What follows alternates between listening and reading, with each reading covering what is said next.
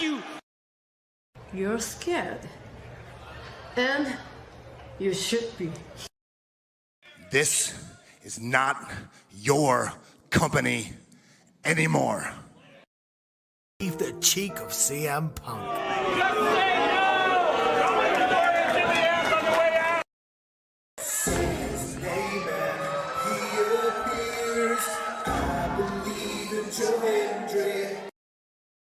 Out! Combo move! This is what they've been doing! Hey, McAfee! Everyone shut the up and sit down! We got a mom in the front row who taught her daughter how to suck dick! I'm Mina Shirakawa. I used to be a model. I want to put on a big show.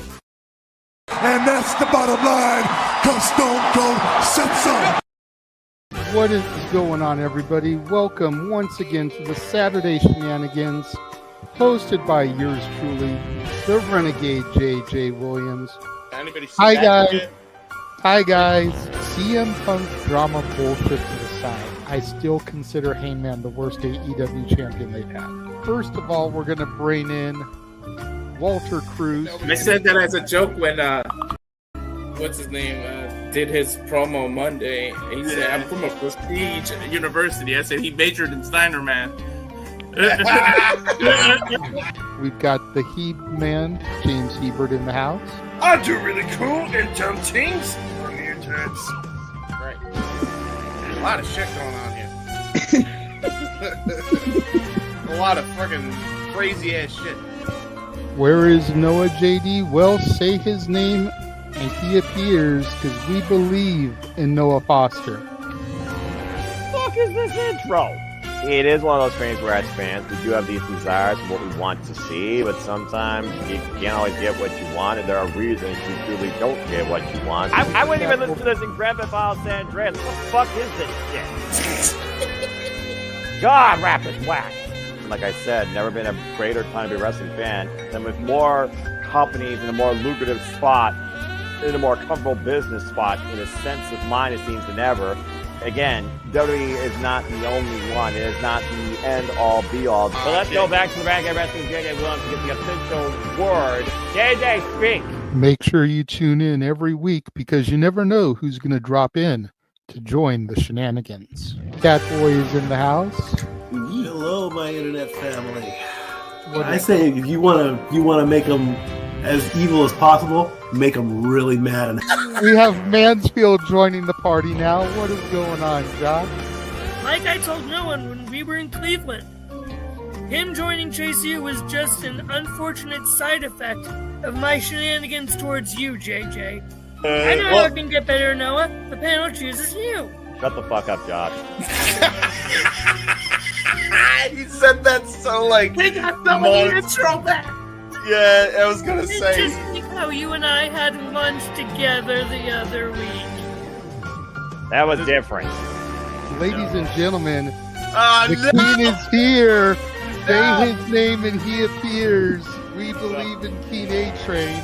There are so many believers in Joe Hendry. The only person on this panel that doesn't believe in Joe Hendry is King A-Train.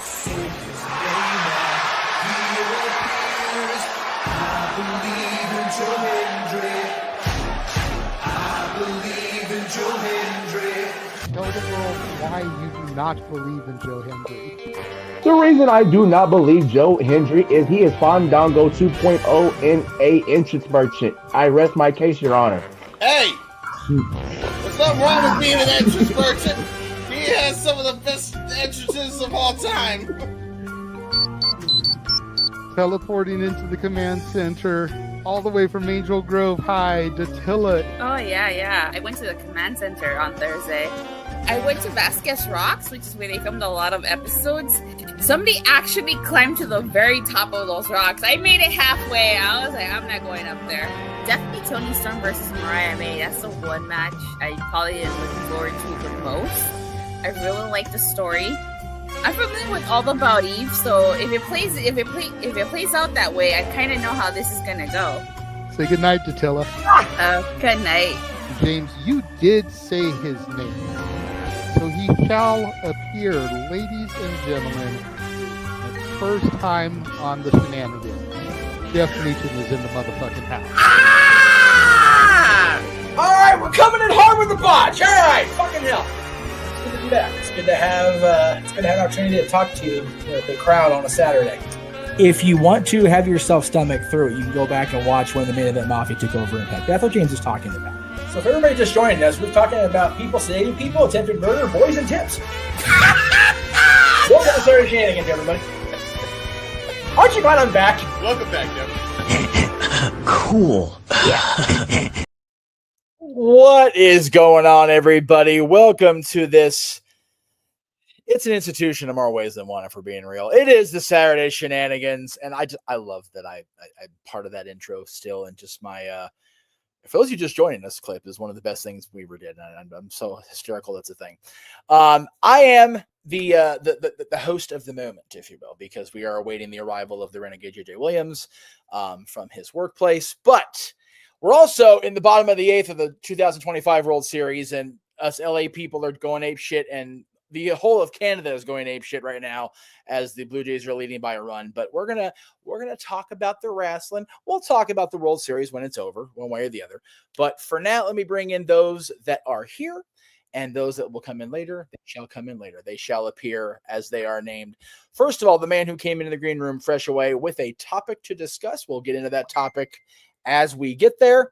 Mr. Hebert, James Hebert, good to see you. I'm going to add the background because it looks like shit back there with that. Hi. I'm just not fucking paying attention. You know when you got the Santa hat and I got the Yukon Cornelius Buccaneers hat. That's right. That it's Christmas time. Hey, I will tell you, coming to be Christmas I time. gauge it on the House of Mouse, and I say that because I wait for the first commercial to actually air on television. And it did during the World Series tonight. I saw the Christmas time commercial, but at work on Thursday, as we were making the tram loops back and forth, I'll put a picture up because I had a picture. They were staging the big Christmas tree just off stage. So I'm like, I see it. It's a thing. They did the thing. So they did the thing. Time since Thursday, and Halloween was fun. I got plenty drunk ski and I had fun, whatever. But it's November 1st. With all respect to those on Thanksgiving and Veterans Day and all the things in November, Christmas time is here. So fuck it. Anyway, next up, he was with us during the Saturday Main Event call. Much appreciated for that. We're no longer calling him the original, by the way. He is the only Big G. Fuck with Grayson Waller and his dumbass self. Yes, fuck Grayson Waller. Fuck Grayson Waller. Just like fuck Jeff Jarrett ruining this man's life. Fuck Grayson Waller. Big G's here. How are you, Big G? I'm good. I'm tired. I've been watching. What did I watch while we were gone? Men in Black. Oh, okay. They dropped the whole thing. I think they dropped all 4 movies on Peacock. So. Oh, nice. Okay, my Men in Black's. My Men in Black binge. Tommy Lee Jones was so old but so young back then. Right? I've not seen the third one the whole way through in forever. You're not. And I still haven't seen that offshoot with freaking Thor bullshit yet. You're not missing anything. Or Thor's brother, whoever the hell it is. So I'm not seeing that yet. No, it's with it's with Hemsworth. It's with Hemsworth. It's with Hemsworth. It's the other Hemsworth. It's the other white meat. I see. Joining us as well, much to our surprise and joy, the man who's going to take over moderating for me because I just really didn't want to. I was going to fill in and be nice, but he's here, so I'm going to let him do it. The Renegade JJ Williams is here, everybody. Hi.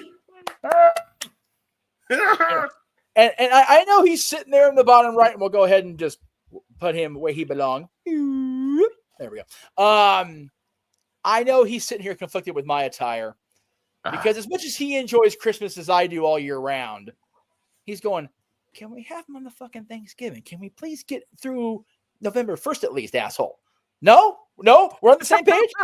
Hey, okay, what good, if good. Listen. Look. What if we are thankful for Christmas? Yeah, I am. I have always been a person, and Meacham, I am surprised that you forget this. I'm old and tired. I have always been a person that when midnight strikes on November 1st, Christmas music begins playing. This is true. Okay, that's fair. Sorry. And Sorry. and, You know and what? I just You know what? I love we Christmas, were doing all but right during Sarah's main event with the Cena love, motherfucker. I But know. look, listen, and that's assuming that I don't start it beforehand, because the Oh, I know. argument God. can be made. The argument can be made yes. that with horror movies such as Jack Frost, Krampus, Santa's Sleigh, The Nightmare Before Christmas, that are both Halloween movies and Christmas movies. That's right. So I'm just saying here. I I'm think just AJ, saying.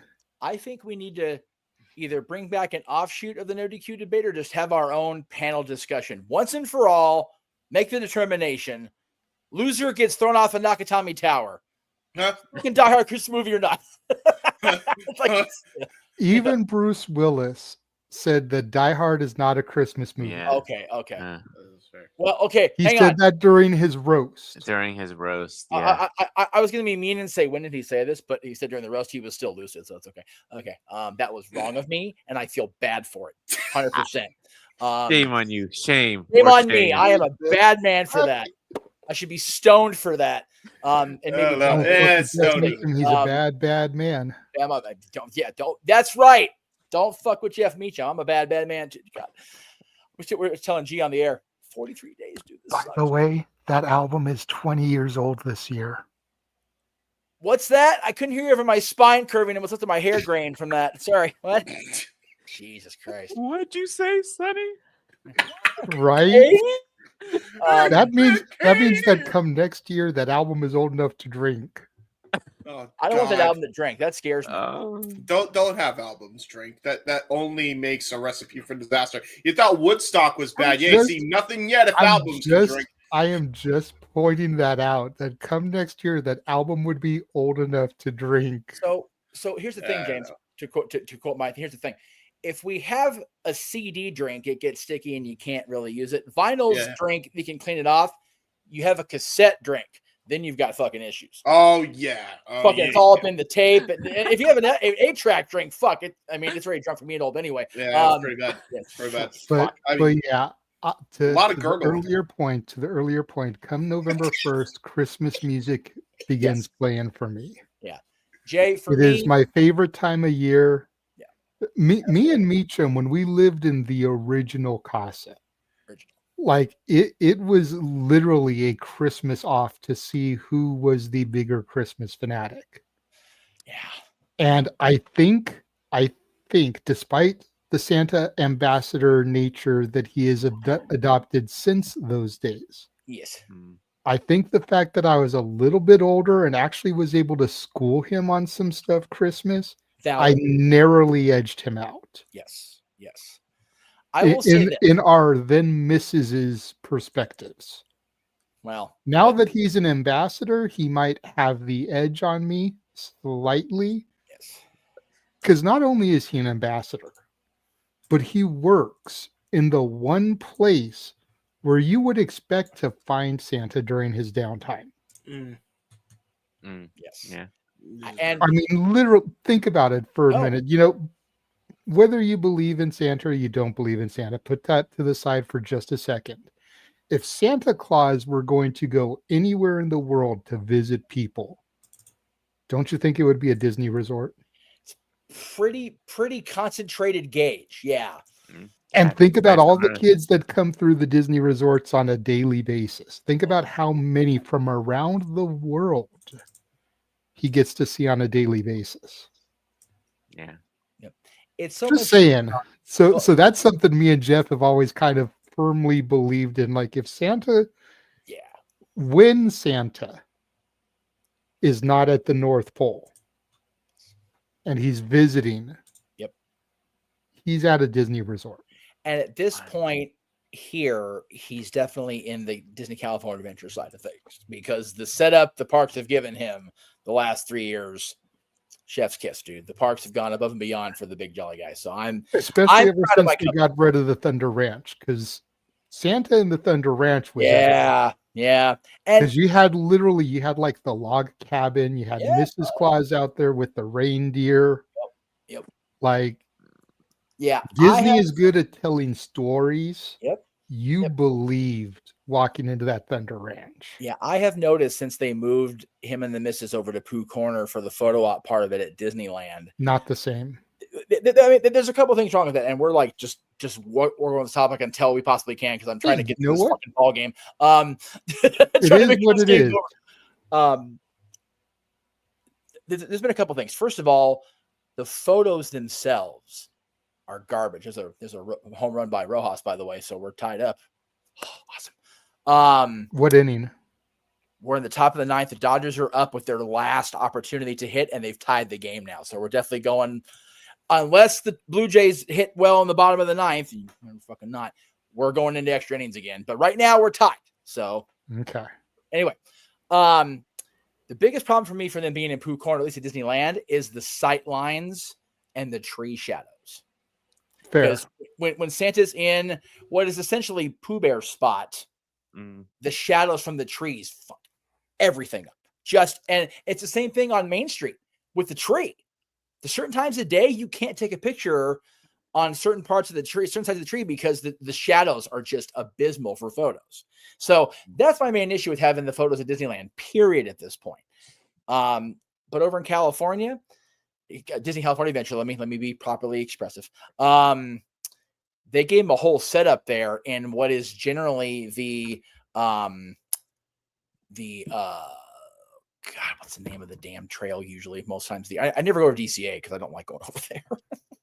By Grizzly River Runs and yeah, stuff? it's across the Grizzly River Run. It's like it's a wilderness trail. They usually have the up Russell stuff. from Up and like that group like inhabit that Carl, space. Russell, Doug. Right.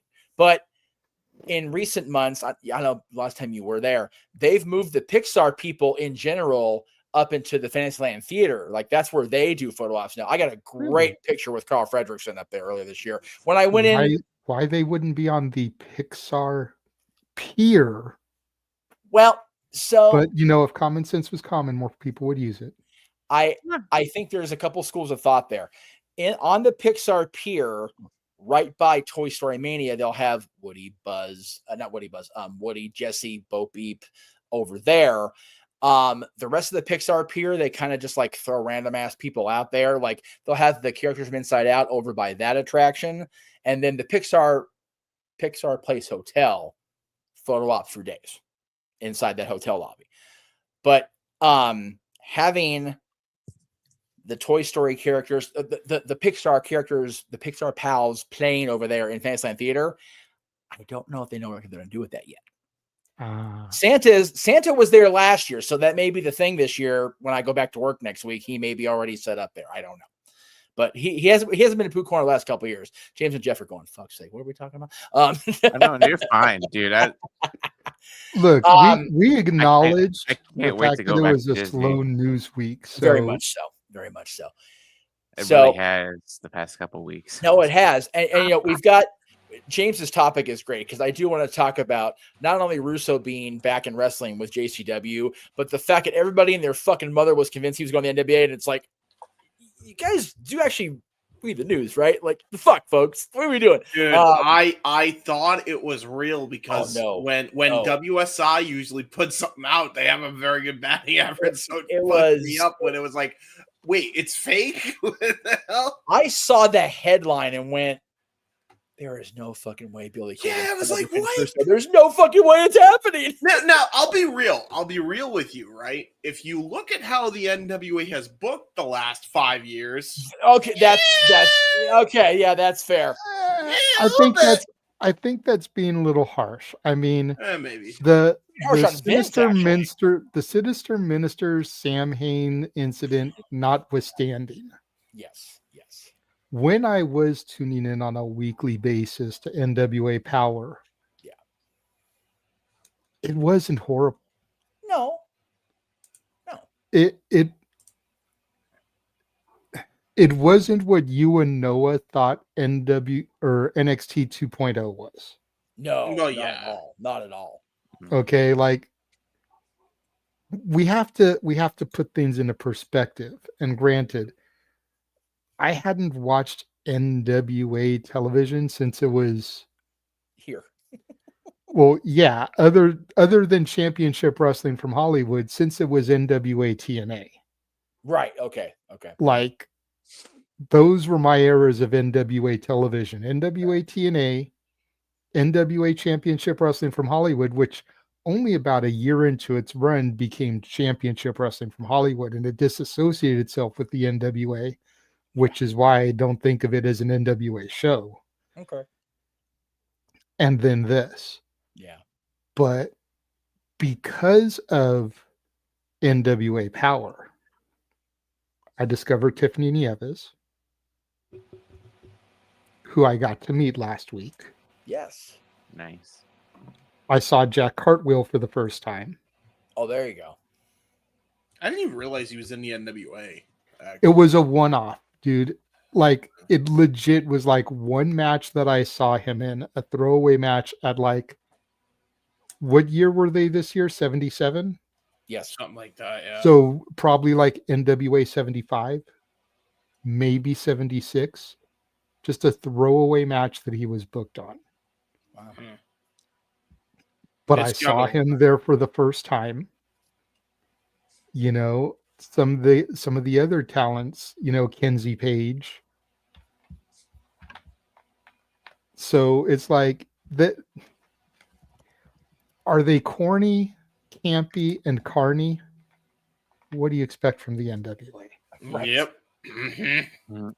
But it's not Juggalo Championship Wrestling. No. Well, there's no riddle box matches. It's not the Brothers of Construction. And I like the Brothers of Construction, dude. I'm looking forward to seeing them in December out here in LA. Right. Yeah, like, so, like, I'm curious to see who they're gonna book them against. Like, dude, put Brothers of Construction versus Bear Dozer. Oh God. I mean, to be honest, Bear Bronson, dude. That could slap as a death match. I'm not gonna lie. Could but then James has to see Senior Pus Bubble bleed. I do have to see Senior. Then he gets all girly, man. I do. Listen, I just want the dude to have good health. That's all I want. I want him to rest. Is that so wrong? He needs cream for that bubble of pus that is forming. And it is bad. It is concerning. What do you mean that is forming? That has formed. I'm sorry. That has formed and continues to form. Let me come correct. It's happening already. Anyway. And Ash, I see you commenting along in the chat room. I did send you the link, darling. So if you are free and able to get into from work, you know, maybe you're at work still and that's why you're commenting along. But once you are able, please feel free to pop in, darling. Yes, indeed. To answer your question also, Ash, it is in fact Juggalo Championship Wrestling. Yes. See, that's my biggest issue is there's two JCWs. So it's confusing as all get out. And they both work with GCW. Yeah. Right. Well, Like, one is are you confusing yet? One is basically a sister promotion. Yeah. Yes. The other one is a partnership. Yes. Yeah, sure. It's the NXT TNA AAA. Yep. Yeah. That's how I look at it. The Juggalos are TNA AAA. Jersey is NXT. Yeah, that makes sense. By the way, So when I say JCW, I'm talking about Jersey. yes. If I want to reference the Juggalos, then I actually type Juggalo Championship Wrestling. Yeah. Which is helpful. Or you could just say the ICP promotion to make sure people aren't confused. That's what I do sometimes. Because then people will be like, who's ICP? Are they still alive? Right. Do they really have a wrestling promotion? I thought it was a gimmick. Yeah, that's true. Very So here's the thing. How long has Russo been writing for them? Do we know? Not too long. Not so too he long. just recently from the report that I read, and instead of going to dirt sheets, you know, I do follow Russo. So from Russo's own mouth, unless he's working us. Yeah. He's written about 6 episodes of JCW Lunacy, which was probably kind of like a trial run. And the thing just kind of became official. Okay. So that would have been around the time during this partnership then, because Right after the gathering, probably. Yeah. Because right after the gathering of the Juggalos. I think it was even a little bit before, just because. No, because if it's 6 episodes and they do it weekly. Oh, yeah, you're right. Yeah. It probably would go back into Homecoming. So maybe the stuff that JCW did coming out of the GCW Homecoming in Jersey, because that was late August. Yeah. So that would kind of line up, middle of September, he would have taken over. 6 weeks, if it was consecutive weeks, would have brought us right up to last week. Right. So I would say coming right out of the GCW Homecoming angle. Yeah, that makes sense. So, because there was probably heavy GCW booking influence with that stuff and the gathering because of the interpromotional stuff. Right. Makes sense to me. And now that that's kind of petered out and, Tremont lost the title to Too Tough Tony, the brothers lost the belts back to YDNP. Neither company has the other company's belts anymore, and kind of like Journey and Tremont's theme song go their separate ways. Right. Yeah, that's fair. I'll say this much about Russo being a part of this, right? Because most people have known that I think all of us, even if you're a fan of Russo, have criticized his booking, especially with the TNA shit, the WCW shit especially, right, towards the end. And fair enough. However, I'm going to surprise a lot of people because I am one of these critics of Russo. I think this is the perfect fit for him. Yeah, 100%. I don't see how this is even a bad thing.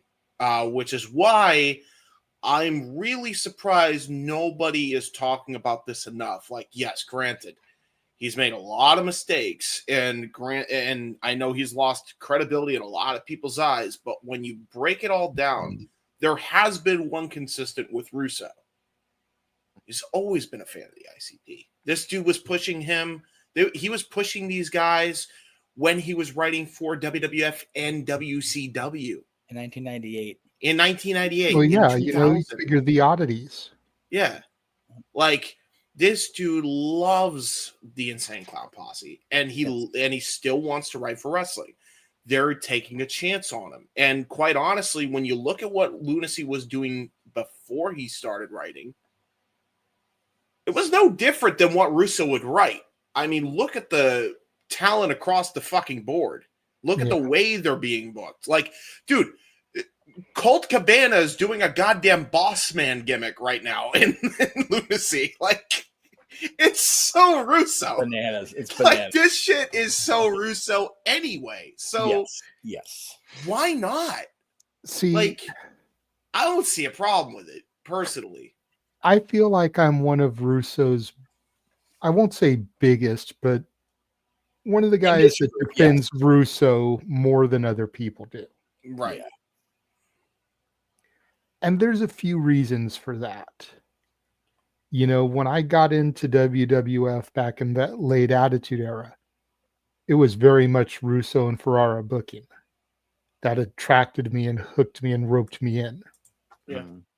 One of the things that Russo has always said, and I will stand behind him by this, is if you go back and you watch those Attitude Eras from Raw, everybody had TV time. Yeah. It didn't matter if you were Taka Michinoku and Kai and Tai. It didn't matter if you were Val Venus. It didn't matter if you were Stone Cold Steve Austin. It didn't matter if you were fucking the Disciples of the Apocalypse, LOD 2000. He found a place for every talent on an episode of Raw. Yep. Yeah. Yep. Can you say the same thing today? No. No. And granted, brand splits. But if you look at the Raw roster and the SmackDown roster, how many people can you say that you do not see on a weekly basis? Yeah, it's one of the biggest pet peeves we complain about seemingly every week on every show. Yes. So that's one place where I will forever defend Russo. Yep. Yeah. And it's rightful. Number two, the WCW stuff. How much of that can you truly put on him? At this point. Even back then. Well, when you give somebody X amount of time to turn the ratings around, and then because you don't see an instantaneous result, you pull it from him and give it to somebody else. That's actually And a very fair point. especially when, if you look at the ratings, there was a slow uptick. Mm-hmm. It wasn't an overnight sensation. They didn't go from doing, 2.1 to 3.7 in a week, but they went from 2.1 to 2.3, 2.5. There were slow, gradual upticks. Right. And then as far as the TNA shit, again, I came into TNA at the 1 year mark. Mm-hmm. Still doing weekly pay-per-views. Mm. I will forever remember the time that I came in because they offered the 1 year anniversary pay-per-view for a penny. Yep. As a way to try to gain new viewers. Yep. And me and my dad were like, a wrestling pay-per-view for a penny? Yeah. Okay. What do we have to lose? Yeah. Anybody goes for a walk, for a block, you're probably going to find a penny in the street somewhere or on the sidewalk. Yeah. We enjoyed it. We got the next week. Regular price $9.99. 2 pay-per-views, $10. 4 hours of television. Yep. 8 hours in a month for $40. WWF pay-per-views, $40, 3 hours.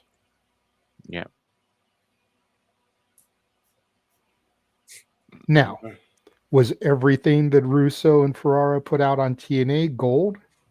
No, of course not. But the Russo era of TNA, and I'm not talking about the later years, I'm talking about the era that hooked me. The rise of AJ Styles. Yep. Triple X and AMW. Low Key. The rise of Samoa Joe. Like, yes, Samoa Joe had made his name in Ring of Honor, but that was a niche crowd. Yeah, this TNA is put him on a global stage. Huge. VKM. Yeah. The New Age Outlaws being back together. Well, Russo booking. For better or for worse. That's fair. For better, got the Outlaws back together, man. You know they're going to draw. You know their money. You know they're going to get asses and seats. Yep. The worst, using Vince's initials. Yeah. And coming up with something corny for it to stand for. Yeah, the Voodoo King Mafia, and then they had to get an actual voodoo chick to finally represent the voodoo in the fucking group, which is how Roxy Laveau comes in, by the way. Unsung hero in the Knockouts division, by the way. Sports Entertainment Extreme, sex. Why is there a faction called but hold on. Here's the best part. S-E-X. Sex sells is their theme song. Oh God, it was bad. That was bad. That's not a Russo thing, though. That's a Dale Oliver thing. That is a Dale Oliver thing. Dale Oliver is Marty Brown. And we love Dale Oliver for things like Hardcore Country, but let's just keep it balanced, kids. Marty Brown. Crazy. Marty Brown. Vince Russo. Marty Brown. 100%. Think about how much of an advocate Russo was for Booker T. Yep. Marty Brown, Vince Russo. Yeah, pretty much. That was the new Booker T for TNA.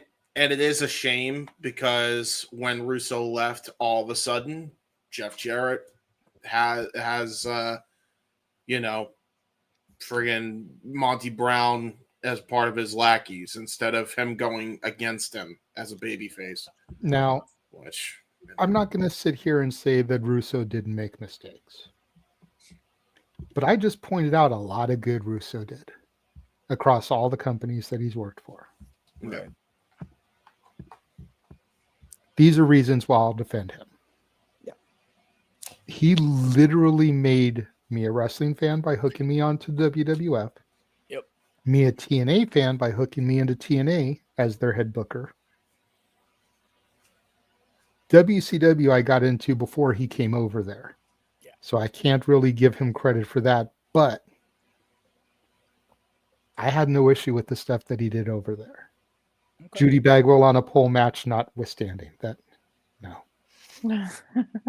May she rest in peace. May that match burn in hell. But James got to call a pole match on the Shotzi Blackheart thing, a blindfold match and a pole match back in 2025, Jeff. And they were two of the best matches that were on the freaking show. I know. I do also just want to point out also, and this is the thing that I want to suggest as well, because I don't think the partnership is over between the Juggalos and GCW by a long shot. No. Which leads me to wonder, hey, are booked in December, so clearly, they're still working together. And I'm starting to wonder, was that a Russo call?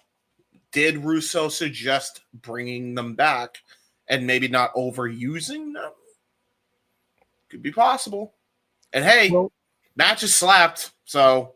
Dude, the blindfold match was the funniest shit. Oh my god, I can't wait. If you look at some of the GCW history and you go back like I have, some of the talent was dabbling in GCW that works for Juggalo prior, especially like Willie Mack.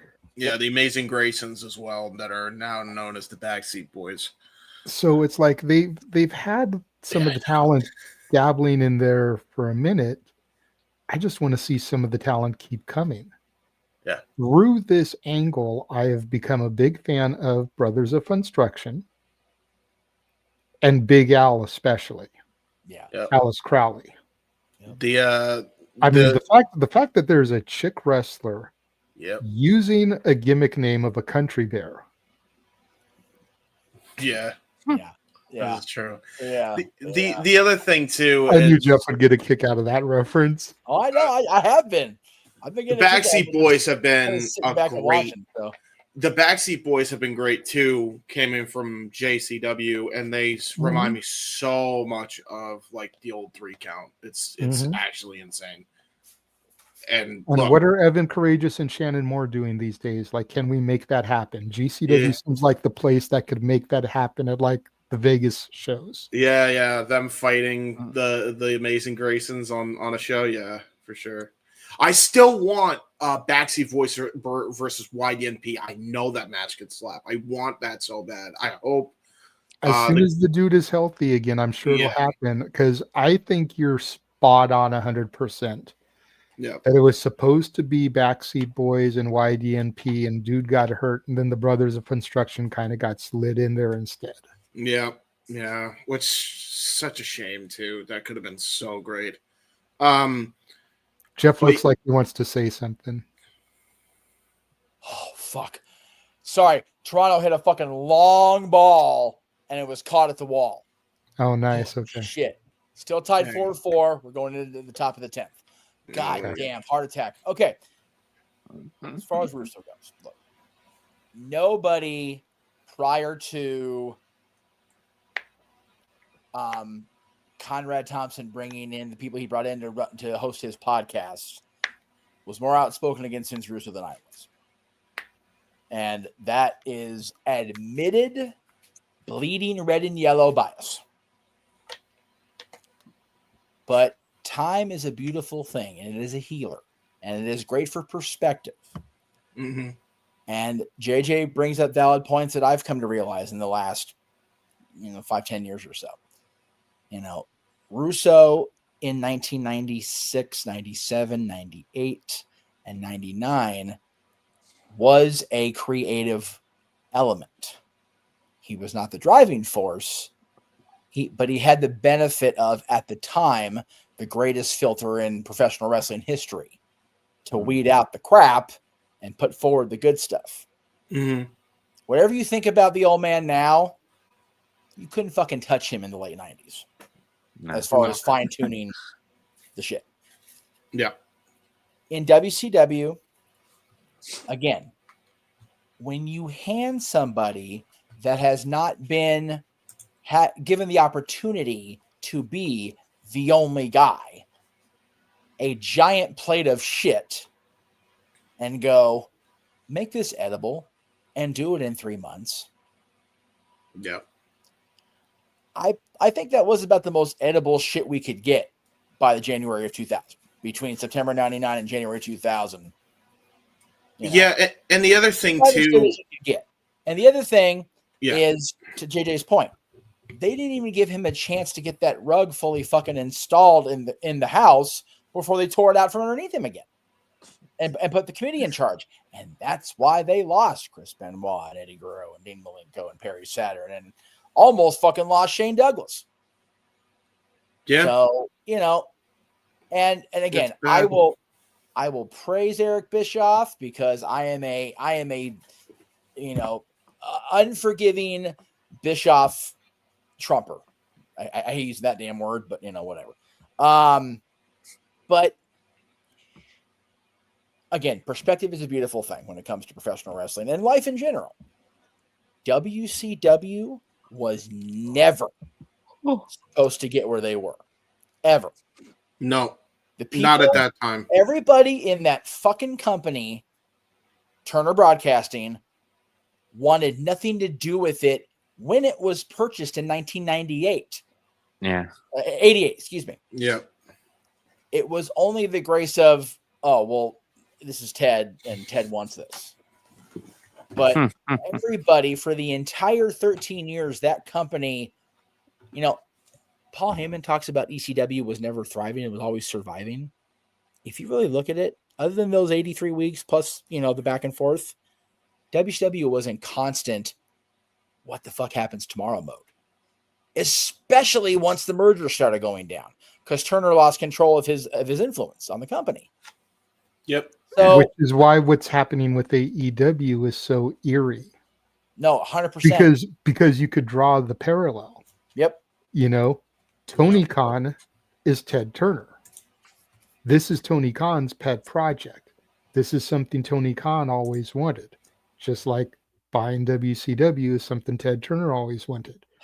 And when the merger started to happen between Turner and Time Warner, things fell apart.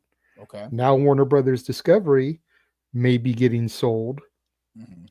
And who knows what could happen to it, once it sells. So I will only... And especially if it goes to Paramount, which houses UFC, which is a TKO property, which owns WWE. Go ahead, Jeff, because I kind of jumped on you there to kind of draw some connections. And then once you're done, we'll go to James. Yeah, I have not said this on the air with you yet. I did kind of half bring this up during Saturday's main event and when I was on the call of the World Series. My biggest thing with AEW, I finally figured out what bugs the fuck out of me so much about that company. Okay. And with all respect to your perspective, comparing the outlook of Ted Turner in 1988 and into the 90s compared to Tony Khan's outlook now or 5 years ago, I think is not 100% accurate. And I only say that because for me, the minute Tony Khan put the statement out of, I book for the sickos, and again, that's him being on social media and being a character and whatever, and that's fine. But it was brought up during the when I was on the call with the World Series with Mikey and Nick and Zach. and Walter to a point. Oh, I just said his name, and he shall goddamn appear. I gotta tell you what. There's Walter, everybody. In the darkness is Walter. So my whole thing is, and there one again. My thing with AEW now is I was disgusted by the whole drinking of the. Oh, hi. I don't know what's happening. I'm not touching anything. That was me. I'm on my phone. I'm trying to mute, and I hit the freaking thing that made you solo. Mute. There we go. There it is.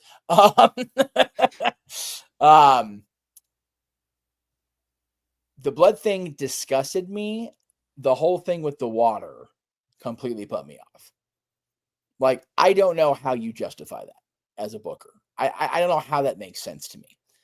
But and the other difference is Ted Turner wasn't on the ground booking the shows. It was Bischoff, it was Russo, it was Kevin Sullivan, it was Hogan and his crazy crap. It was whoever.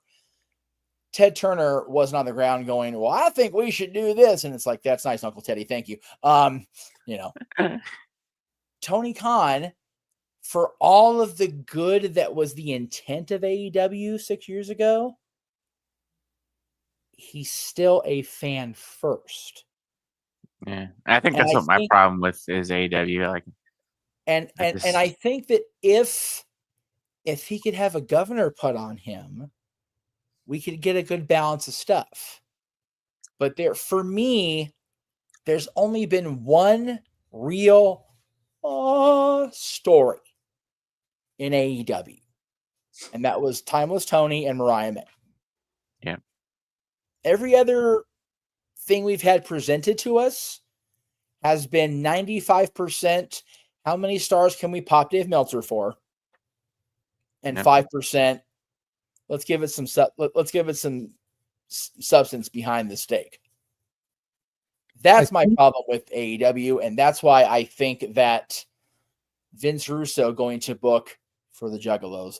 Vince Russo, maybe having been tapped the NWA, we found out it was bullshit, but I think if Vince Russo can return to wrestling in 2025 into 26 and have a collaborative effort rather than just be turned loose to do it on his own, I think Vince Russo realizes the Juggalos are not going to be the number 2 promotion in the world. I think he's smart enough man to understand that. He's coming back to have fun. Yeah. And that's what's great about it. I am happy for Vince that he's been enabled to come back into wrestling. And Ash, you make a good point. I forgot about Punk MJF because of what the fuck went down with Punk. It soured me. Punk's exodus from that company was really my start of with the whole same. I was gonna say I think they were onto something with the Devil storyline. Yeah. But then Adam Cole got injured and everything just kind of got thrown. And so I'm willing to give them an asterisk for that. Okay. Because I think they were on to something there. But then somebody got injured, completely threw it out of whack. And it's like, then what? Yeah, he got hurt, and then everything with Punk fell apart. Yeah. That was before that. Yeah. Punk's exodus, and then Adam Cole getting hurt, and Max not being willing to admit just how fucking beat up he was until he lost to Samoa Joe. Yeah. That was him finally being at the place he always wanted to be in wrestling and not willing to I'm hurt. I need to not. It's the old school mentality that's been instilled 100%. Into Max, 100%. But as you and I have talked about, I've talked about with other people, the old school and God, I'm not going to spoil a damn thing for you, but after reading Natty's book and hearing her talk about it, because I did the audiobook version and talking to her on Tuesday about it, holding on to the old school stuff is just an unfortunate. People still think it's a necessity in 2025 and, the last couple of years. And it's just not the case. What we know now about medical science and just all the information we are armed with, there is no excuse to remain ignorant or to choose ignorant about how things are done. At that point, it just becomes stupid. But anyway, I'll try to bring it back in, and I'll throw the baton to James. I think Vince Russo coming back to wrestling is wonderful, as long as everybody has reasonable expectations. Yeah, Juggalo like you said, I think the Juggalos do, because I don't think there is any independent promotion. No. And when I say independent, first of all, I'm just talking the United States, so don't at me with fucking New Japan and bullshit. But don't do that. I'm talking anything that's not WWE, AEW, and TNA. Right. I don't think there is any independent promotion that expects to be top 3. No. House of Glory and GCW are probably your closest contenders for 4 and 5. Okay. But even that I feel is a stretch. And they also realize it. But in fairness, GCW did get nominated for Promotion of the Year for us. They did. That's true. That poll has ended. I will say they did not win. I'm not going to reveal the winner. We'll reveal the winners when it's time, but they did get some votes. I will say that much. So that tells you the buzz that they have as an independent, to where an argument could be made for number 4 or 5 for them in House of Glory.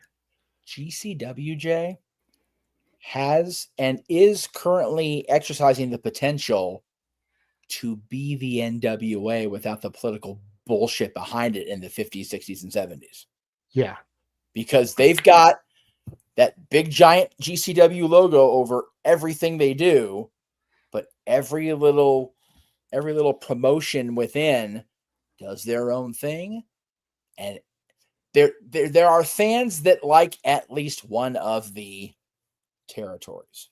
Yeah. If not more. The thing that I think makes GCW stand out, and the reason why I would put it in the top 5 conversation, James may co-sign with me on this, and then we'll give it over to him, since we've been letting him wait long enough. So patiently. We appreciate that. GCW travels. Yes. Just like AEW, just like WWE, just like TNA. Yep. GCW travels. Yep. They do a lot of shows in LA and Jersey, because those are their 2 homes. Jersey is their home base, and Brad Lauderdale has said numerous times LA is their home away from home. Yep. Like, they had a show here in October that I was at. They're coming back in December. They'll be here again on Valentine's Day. And then they're going to Vegas in April for the Collective. I would not put it past them for the weekend after Vegas or something for them to be back in LA. Right. Yep. It seems like every other month, at least in this little time frame, they're coming to LA because they know LA is hot. That could be bad in oversaturation, because they were here in May and then didn't come back till October. Yeah. So there was like a 5-month span, and holy shit. Totally distracted me, but I saw the orange light up. Thank you so much, Kat. $20 super chat. Just peeking in to say it's my birthday. Love you guys. Well, happy birthday, and thank you for the gift that you just gave to me, darling. Greatly appreciate the love and support. Kat, thank you. I'm glad you're watching. I did intend to call you when we were off the air tonight, because I knew it was your birthday. As I told the boys, I'm running the house. I had to order groceries. I had to clean this place up. I've literally, I feel like Teresa, JJ, like 500 things going at the same time, or my mother. It is just like, I feel like Stretch Armstrong. only with far less muscles and far less hair in my head, like by a lot. So yeah, James, take it away, sir. Love you.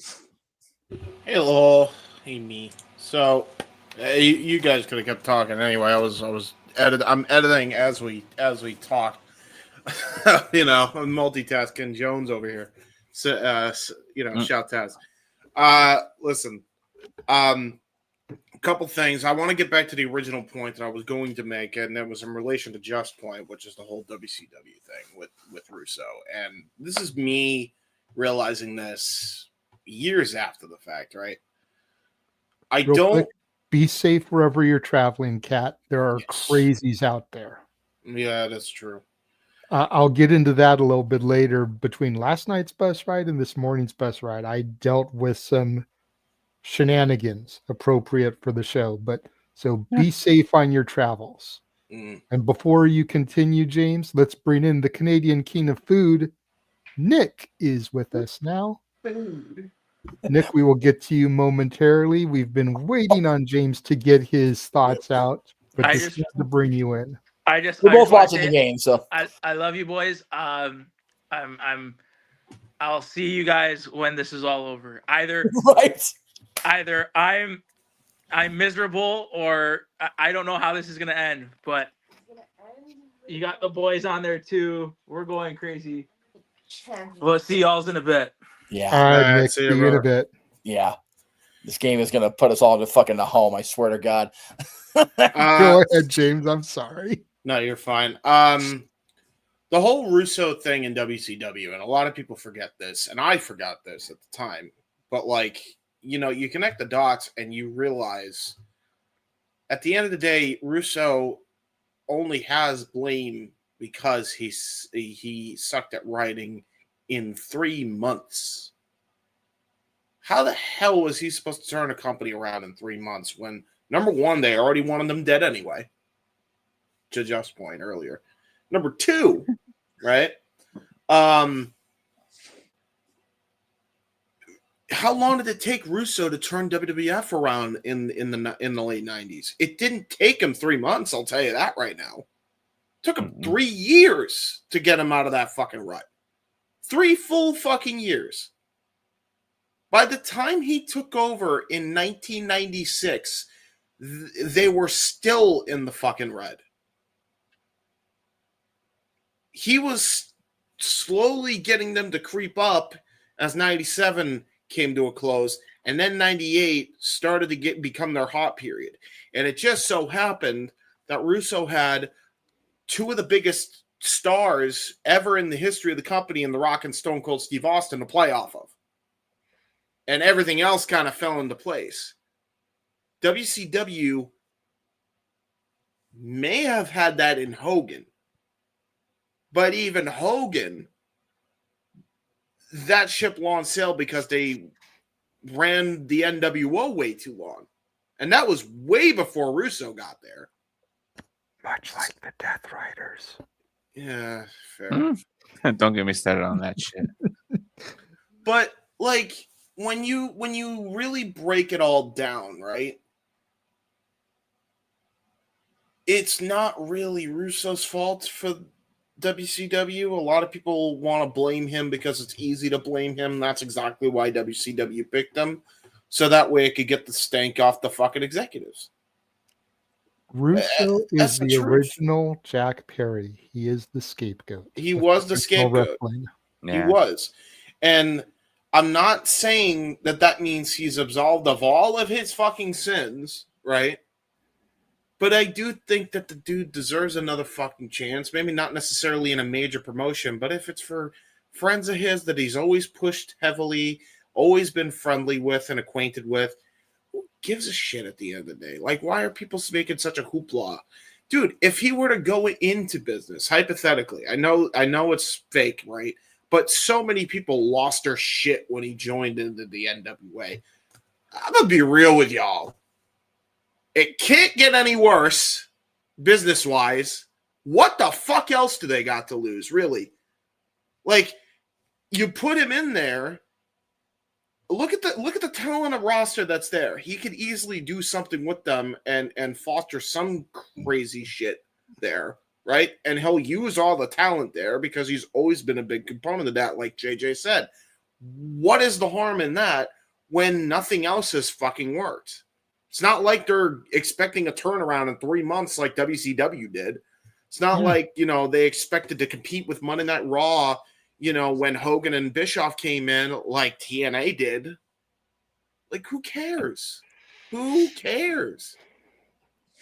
I feel like people like jumped on, oh, well, it's Russo. He bad, Exactly. And it's like, that's exactly what it is. And I'm like, yes. When people hear Vince Russo, they immediately think Bash at the Beach 2000. Which was admittedly an indictment with all parties involved. Everybody. It was the first example of everybody sucks here. Quote Reddit. Because it's literally what it was. Like, everybody sucked in that situation. Russo included. Right? Like, nobody was the good guy in that situation. Nobody. There ain't no good guy. There ain't no. Sorry. Yeah, no. Like, I think people just got to keep that in mind. It's like, look, nobody's fucking perfect. Every single booker has a low period. Every single one. There is not one exception to that fucking rule. Not one. Yeah, everybody has had a downturn. I'm sorry to tell you. We just mentioned how on fire Vince was in the 90s, the late 90s. Yeah. Look at Vince's booking the last few years before he got ousted from the company. Yeah. Just saying. Yeah. And that's why AEW was the alternate back in 2019. Yep. Yeah. So I'm just saying, like, and again, we were talking about another Vince. For everything you can say negative about McMahon, and trust, there's a lot. You can't argue his Hulkamania run. No. And you can't argue that Attitude Era run. No. And Russo deserves credit for that too. I mean, that's just the reality, like, for better or worse. And I'll even give the Ruthless Aggression run. Yeah. I'll say this too, as far as the AEW thing, which is kind of the subtopic we've gone on. I will say from a story perspective, right? And this is just coming from somebody that watches casually. I watch all wrestling casually because I've been fucking swamped with work. Let me just jump in there and say I am so looking forward to being able to get back into watching shit casually. I can't blame you. You know, for those of y'all that don't know, I am officially out of the Psycho's house. Yay! Thank God. And I don't have to deal with her chastising me and making fun of me for watching that fake professional wrestling while she sits there with her TV going 24/7 with Duck Dynasty and Little House on the Prairie, you know, which is fake as hell too. You know, I'm pretty sure Michael Landon didn't live that farm life back in the days, just saying. Yeah, that's fair. You mean Laura Ingalls really didn't live on the prairie and everything? So, you know, I mean, I'm still going to have some issues watching some of the content because, you know, Netflix got smart. And, you know, if you don't live in the house, you can't exactly watch with some stuff no more. They got smart. They got greedy. Continue. But at least I can start watching NXT next day again. I can start watching Dynamite again. I can start watching SmackDown again. Yeah. I can start watching some of the other shit. So yeah, that's fair. Yes, Safet, we know movies and other TV shows are fake. Thank you for joining us. Yo, it's funny he mentions that. Go ahead. I was expecting this, and I don't want to get into dick mode, so I'm gonna let it slide. Safet, don't do it again. You're not gonna like the side of me that unleashes if you do it again, brother. Safet, do it. I'll keep drinking. I'll fill in for Dick Mode for Jaden. Well, he was doing it in solidarity with you. No. I understand that, James, but we always say that if you want to dictate the conversation, super chat. Safet never super chats. That's And we've also said that if he wants to be executive producer and direct us and tell us what to talk about, he can buy the Simply Reliable Studios outright, so we all get a cut of it. And he's turned us down on that also. So I have been out of the loop. I'm just saying. Jesus. I love Safet. He is a guy that is a regular. He is here for every stream of ours. Everyone. I love Safet. Really, I do. But brother, let us conversate. Yes. And if you want to dictate the conversation, super chat it. Yeah. And the bar's high. Otherwise, I am just going to start ignoring your comments, bro. Ooh. Just going to start ignoring them. Well, Ash coming in. But yeah, that's the thing, right? Like, I as a person who watches casually, and that's been basically the pay-per-views. I've also watched some of the TVs when I can. I've actually been enjoying the product a lot more lately. And I think a lot of that is due, and I don't know how Jeff feels about this. I don't know how much of it he's been in tune with, but I've been really enjoying the Don Callis family stuff. Nothing. I have no idea, honestly. So I've enjoyed how they're basically booking it like, Heenan was booked back in the 80s. And he's like getting all the super talents, right? Or the Dangerous Alliance back in the early 90s. Yeah, it's a really, really good group of people, fantastic, collage of people. And the story that he kind of goes into, he's got multiple stories going on with that because of it. It gives it a semblance of importance, right? It really does. And I really enjoy that. I especially enjoy what they've done with Kyle Fletcher. I mean, granted, he didn't win against Hangman. He was never going to win against Hangman, but holy shit, that match that made him look like $1 million. That kid's a star. I mean, he's a lot of people were comparing him to Randy Orton as the prototypical pro wrestler of, a lot of people were saying, well, that's why he was called the proto star. I don't think the comparisons to Randy Orton are unwarranted anymore. Let's just say that. I think I think the main comparisons are because he's young. He's that blue chipper. He's Randy Orton when Randy Orton was in Evolution. Right. Exactly. He can be the future of the business. Yeah. And speaking of business, let's go ahead and bring in She's Yours, She's Mine, She's Our Canadian Friend, Ash. Hi, Ash. Hi. Hello. What are we drinking on today? Iced tea, the good kind, not this whack-ass Fuse. Sorry, Ash, that they brought you in right when the Dodgers just went up on Toronto. What's ironic is I just finished a Lipton Brisk raspberry tea from work. There you go. Shit's so good. No, the Lipton one is good, JJ. Right. See, usually I'll drink Dr. Pepper, but when I'm really running at work, I drink the tea to just kind of quench that thirst. And then this late at night, I don't like having that much caffeine. Yeah. So tea's enough caffeine to keep me going, but not enough caffeine to get me wired. Right. Yeah, that's what I'm drinking too. Lemonade cooler right now. And sometimes drinking Dr. Pepper stuff it keeps you thirsty. Arizona. Datilla makes a point saying the Don Callis family hasn't done anything for Josh Alexander. That's because Josh Alexander's Bobby Eaton. He's that forgotten member of the Dangerous Alliance. Which is such dog shit. I'm low key mad at Josh for choosing to go over there because he doesn't fuck with him. Yeah, Josh Alexander should have gone to WWE and hooked up with Chad Gable and the Alpha Academy. Oh, he would have been good.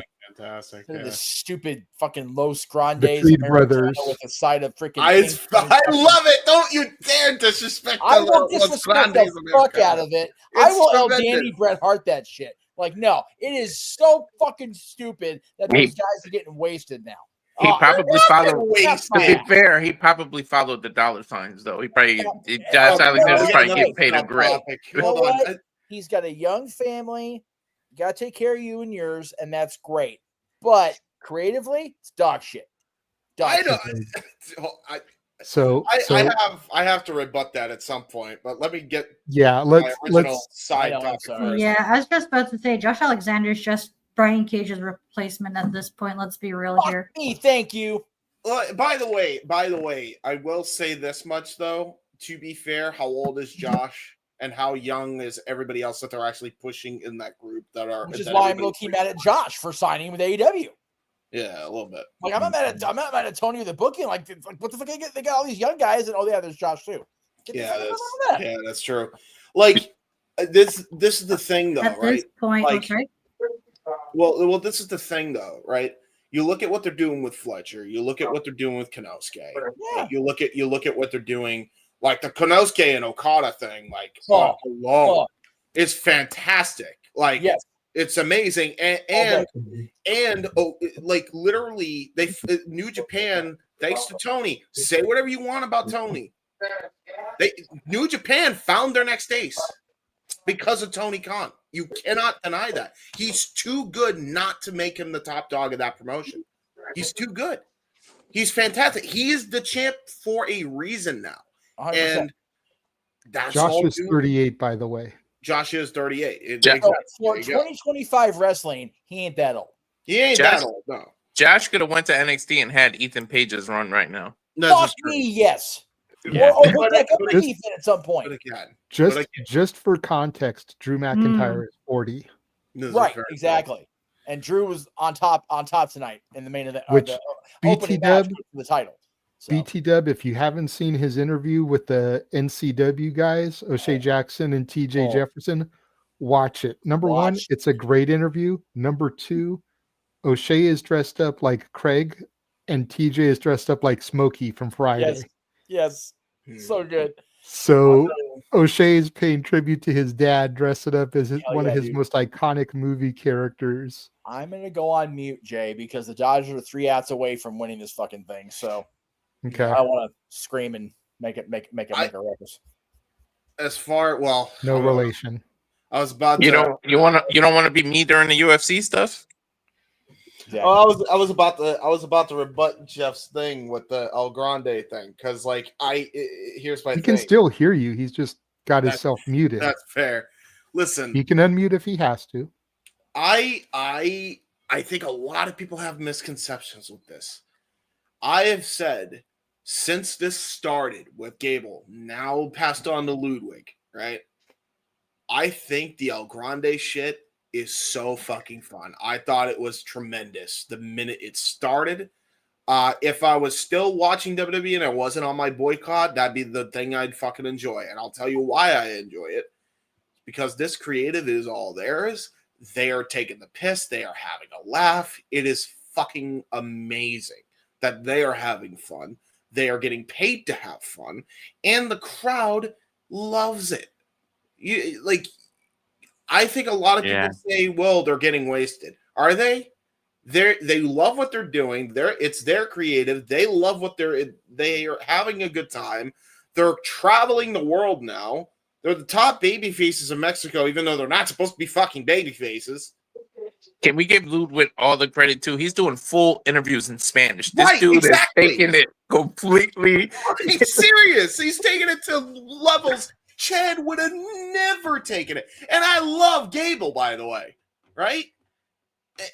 That's a dude who is proven time and time again.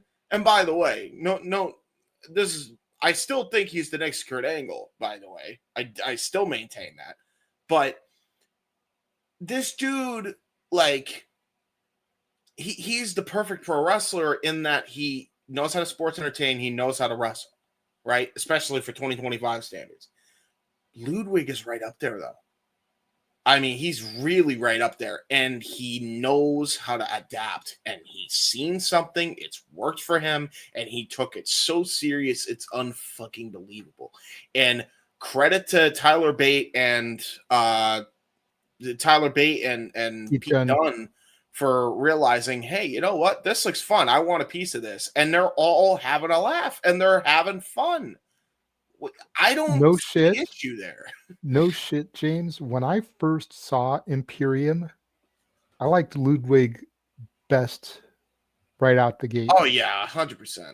I didn't get the hype behind Gunther. I got it now. But just at first sight, didn't get the hype. Right. And then Vinci, whatever. And he wasn't horrible. Yeah. I liked him and Kaiser as a team. But I was more Team Kaiser than I was Team Vinci. Yeah. I just feel like Kaiser had the total package from the mic work and his introductions of Gunther to his in-ring ability to the walk that he does coming down to the ring. Yeah. You know, very flamboyant. Dude, my daughter swore Kaiser was gay until he started banging Tiffany Stratton. This is fair. And hey, for all we know, hey, listen, for all But still, like, Yeah, you know, I she swore just because of the way he spoke and the walk. She swore he was gay. he is fantastic. And by the way, the reason why this is so great for him is because he was in Imperium for so long that everybody thought he had to be serious. So now that he takes over from Gable and all the fans are smartening up the casual fans, if that's Ludwig doing this, these people have now just shown so much respect for him because, again, to Walter's credit, how seriously he's taken it. Yeah. Like, I don't care what y'all tell me, all right? Granted, I know wrestlers will do anything to get on TV, but you can't tell me that's not his creative when he's reciting promos in fucking Spanish. Like, He's even doing that backstage stuff with Kathy Kelly, that ping pong thing she does, and he did it in full Spanish. Yes. It's great. It's like my favorite shit WWE is doing right now. That's not a high bar, by the way. I think I heard G trying to interject something, and then Jeff has his hand up. Go ahead, G. Yes. I'm gonna say with Ludwig. This is a guy who speaks German, by the way. So him learning Spanish, German is a hard language. Trust me, I would know. But the whole Imperium thing, I got it from day one when they came up to NXT UK and NXT. But yeah, with Ludwig, you know, him being from Germany is another plus for me. You know, my German brother. But he's he's doing great right now as El Grande. I'm just waiting for the fact when Gable comes back, we're gonna get a El Grande versus El Grande match. And that's gonna slap in AAA, by the way. I'm just saying. Oh yeah. No, I think they may do it at Mania. Yeah, you could be right. Yeah. If Gable is healthy in time, I think they may do it at Mania. It's JJ, you and Jeff can scream now. I'm seeing Jeff's reaction, so I kind Motherfuckers pulled it out. I don't believe it. That was out the ass, that double play that just won. They pulled that whole game 6 and 7 out of their ass, Walter. The Dodgers are world champions again. I am sorry to my Canadian friends. I am sorry to my non-sports fans, but everybody else can fuck off. Like, God damn it, they did it again. I'm not the Canadian you need to worry about because I don't give a shit about baseball. I know. That's the first back-to-back champion since the Yankees in '99. Yeah, 25 years since the last back-to-back champion World Series. Yep. There you go. Motherfucking Dodgers. Congrats to the I'm an Dodgers. Angels person. Full disclosure, I'm an Angels person. I realize the purgatory I live in the rest of my fucking days. Okay, my team sucks. I'm not going to say the word in front of Ash. It sucks. Elongated, whatever it is. Yeah, it's okay. The Angels had one great year, and then the Disney Corporation sold them at the championship ceremony.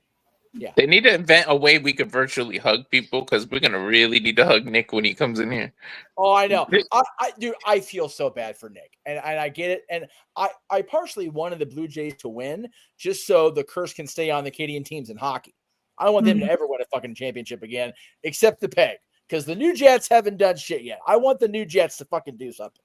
But the rest In of the all teams, fairness, Nick lives in Toronto. He should be used to his teams being a disappointment by now. yeah, that's mean. He's a Canadian too. That's mean, Ash. I mean, stop Tell me when I'm telling telling lies. Oh, The here, hang Maple on. Leafs, I'm gonna. the Blue Jays, the Raptors. Yes, the Raptors won recently, so that's okay. How And recent? Drake in the rap scene right now being a disappointment to Torontonians, but that's a different story for I think the another Raptors time. won 6 years ago. I think it was. Yeah. So Kendrick Lamar I'm gonna just unblur the bodied background for a Drake minute just again. so you can get perspective.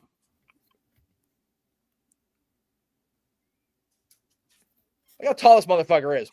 Jesus. Oh my God! Holy That's shit. Dylan, everybody. And Holy shit. Fucking giant What's creature up, roaming into dude? my living room here. Jesus Christ! You've got earbuds in, huh? Look at this. Look at this. Jeff, Fucking World Series champions. He's got the right jacket on, though. This is my jacket, by the way. I think it's fucking hysterical. you have earbuds in, huh? Yeah, he's got it.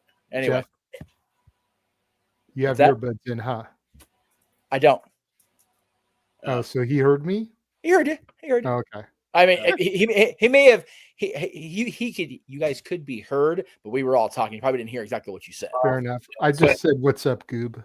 Oh yeah, you didn't hear that. Yeah, JJ, you ready for the jokes though and the puns? You're free to make them. Guess who was the hero and won the game for them? Who? Will Smith. Will Smith. He got jiggy with it. He did. Yeah, he went out there and fucking hit a home run, and then went right in the dugout and put his catcher's gear on and fucking caught the last inning. Man, if the DJ at the Blue Jay Stadium isn't playing getting jiggy with it right now, they've lost the They're not, purpose. because they lost. So it is what it is. But yes, I am a happy baseball fan. I'm a happy SoCal sports fan. I'm a happy Angelino. And here's to next year, everybody else, because the Dodgers get to enjoy it again. Anyway. I would have played the Fresh Prince of Bel-Air theme. Well, no, that was Will Smith's entrance song for a long time when he was hitting. They did away with it after he smacked the shit out of Chris Rock. Anyway, it's what it was. So my response to the thing about Ludwig and the Americanos. Look, I am a fan of all those guys. I just wish they were more than the ha-ha. Yeah. I think it was really good when it was Chad Gable and he was pulling the Owen Hart Blue Blazer stuff, like fucking flat out denying it. And then when they got the other guy involved that was Gable's size, like fucking pulling the Jeff Jarrett with Owen Hart, that shit was gold to me. Having said that, and again, like I said, I have not been fully tuned into the product since this whole process of selling the old house and really getting into it full gear. No pun intended for AW fans. November 22nd. Yes, I will not. I will be actually November 22nd. I'm actually free unless work schedules me, so I may watch it.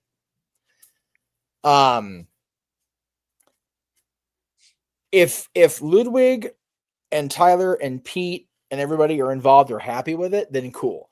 But for me, they almost seem like they're little more than Dominic Mysterio's NWOB team.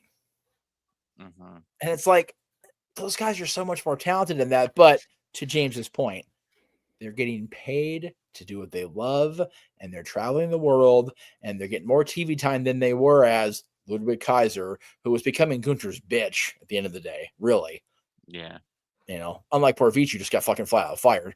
And then Pete and Tyler, once the UK brand blew up, it was like, what do we do with these guys? Yeah. So if they're happy, I'm happy for them as a fan of theirs. For me as a fan, though, I just wish they were able to do more than just be the side piece to Dominic Mysterio's unbelievable fucking run. It's too bad we live in this pussy sensitive world, because I would love that Chad Gable came back, took the Americano from him, from Ludwig, and he Yeah. came up with like a German version of like Mr. German of it, and they Right. went one over it. But this Right. fucking everybody would throw a fit and be pussy and claim racism and stuff, so they can't do it. But I would love if they did that shit. I mean, they did when Grande made its way to the TVs. Like they were all saying, "Oh, it's racist," and I'm like, "Guys, it's fucking parody." And then they went to Mexico, and it's like, "Oh my god, he's fucking over! What a shock!" I told you. Since I was on the call with him, let me. Does anybody have funeral music to play? Stand by. Let's not go that far. Let's just bring him in. He's already looking somber. So, with all respect, because damn it, I even said on the call, I really wanted if the Dodgers couldn't do the Blue Jays because they've been so down for so long. But Nick, hey, you know what? It took extra play. It took baseball to get it done again. I don't know if you can hear me because you have the headset off, but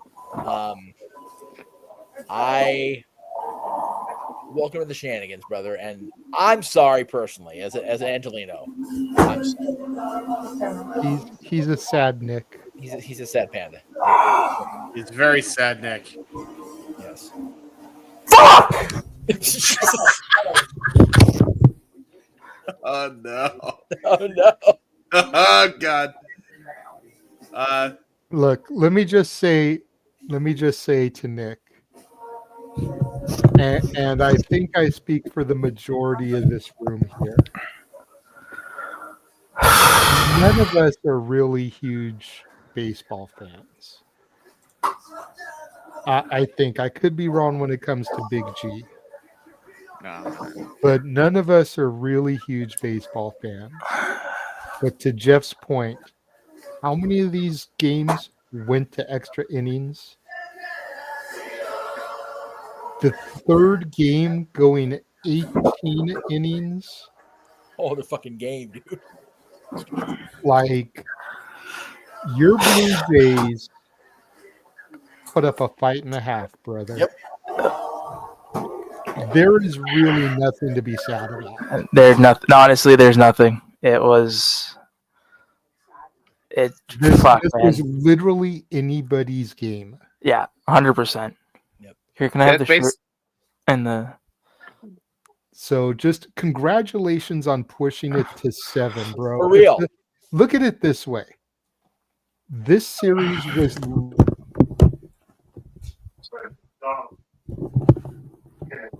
the best in the National League.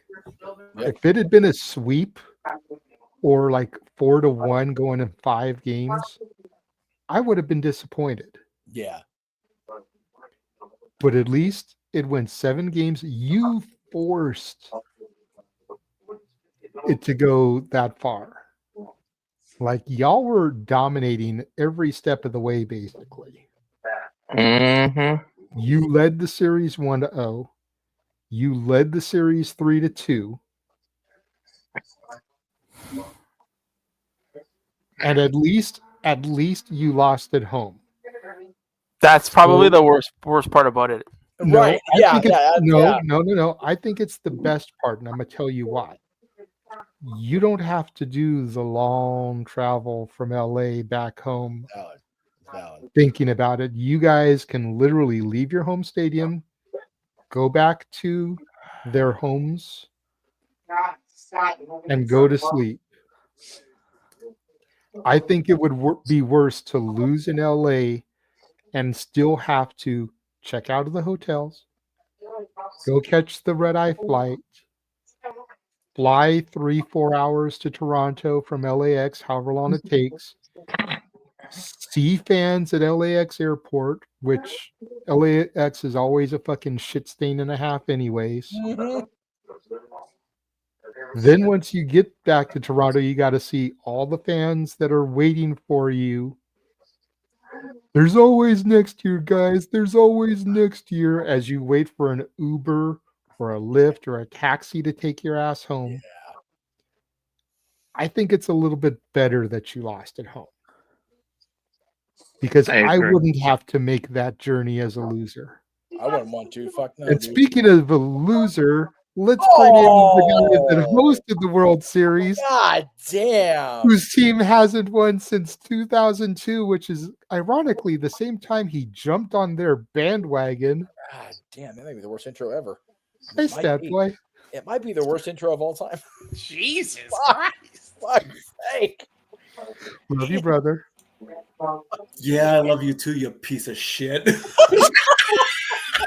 know what though? To be fair, Jay, and the other call, he was jumping back on the Ducks bandwagon and singing Corey Perry's praises. So fuck him for that anyway. Well, you know, they're just the kings of the Pacific Division. They got a championship before us, and yes, we will never live that down. Nope. Two is still greater than one. You can be the bridesmaid, never the bride. You know, it's okay. You still have more championships than the Sharks. And the Maple Leafs, I think. So, you know. Damn. Just kick Nick while he's down.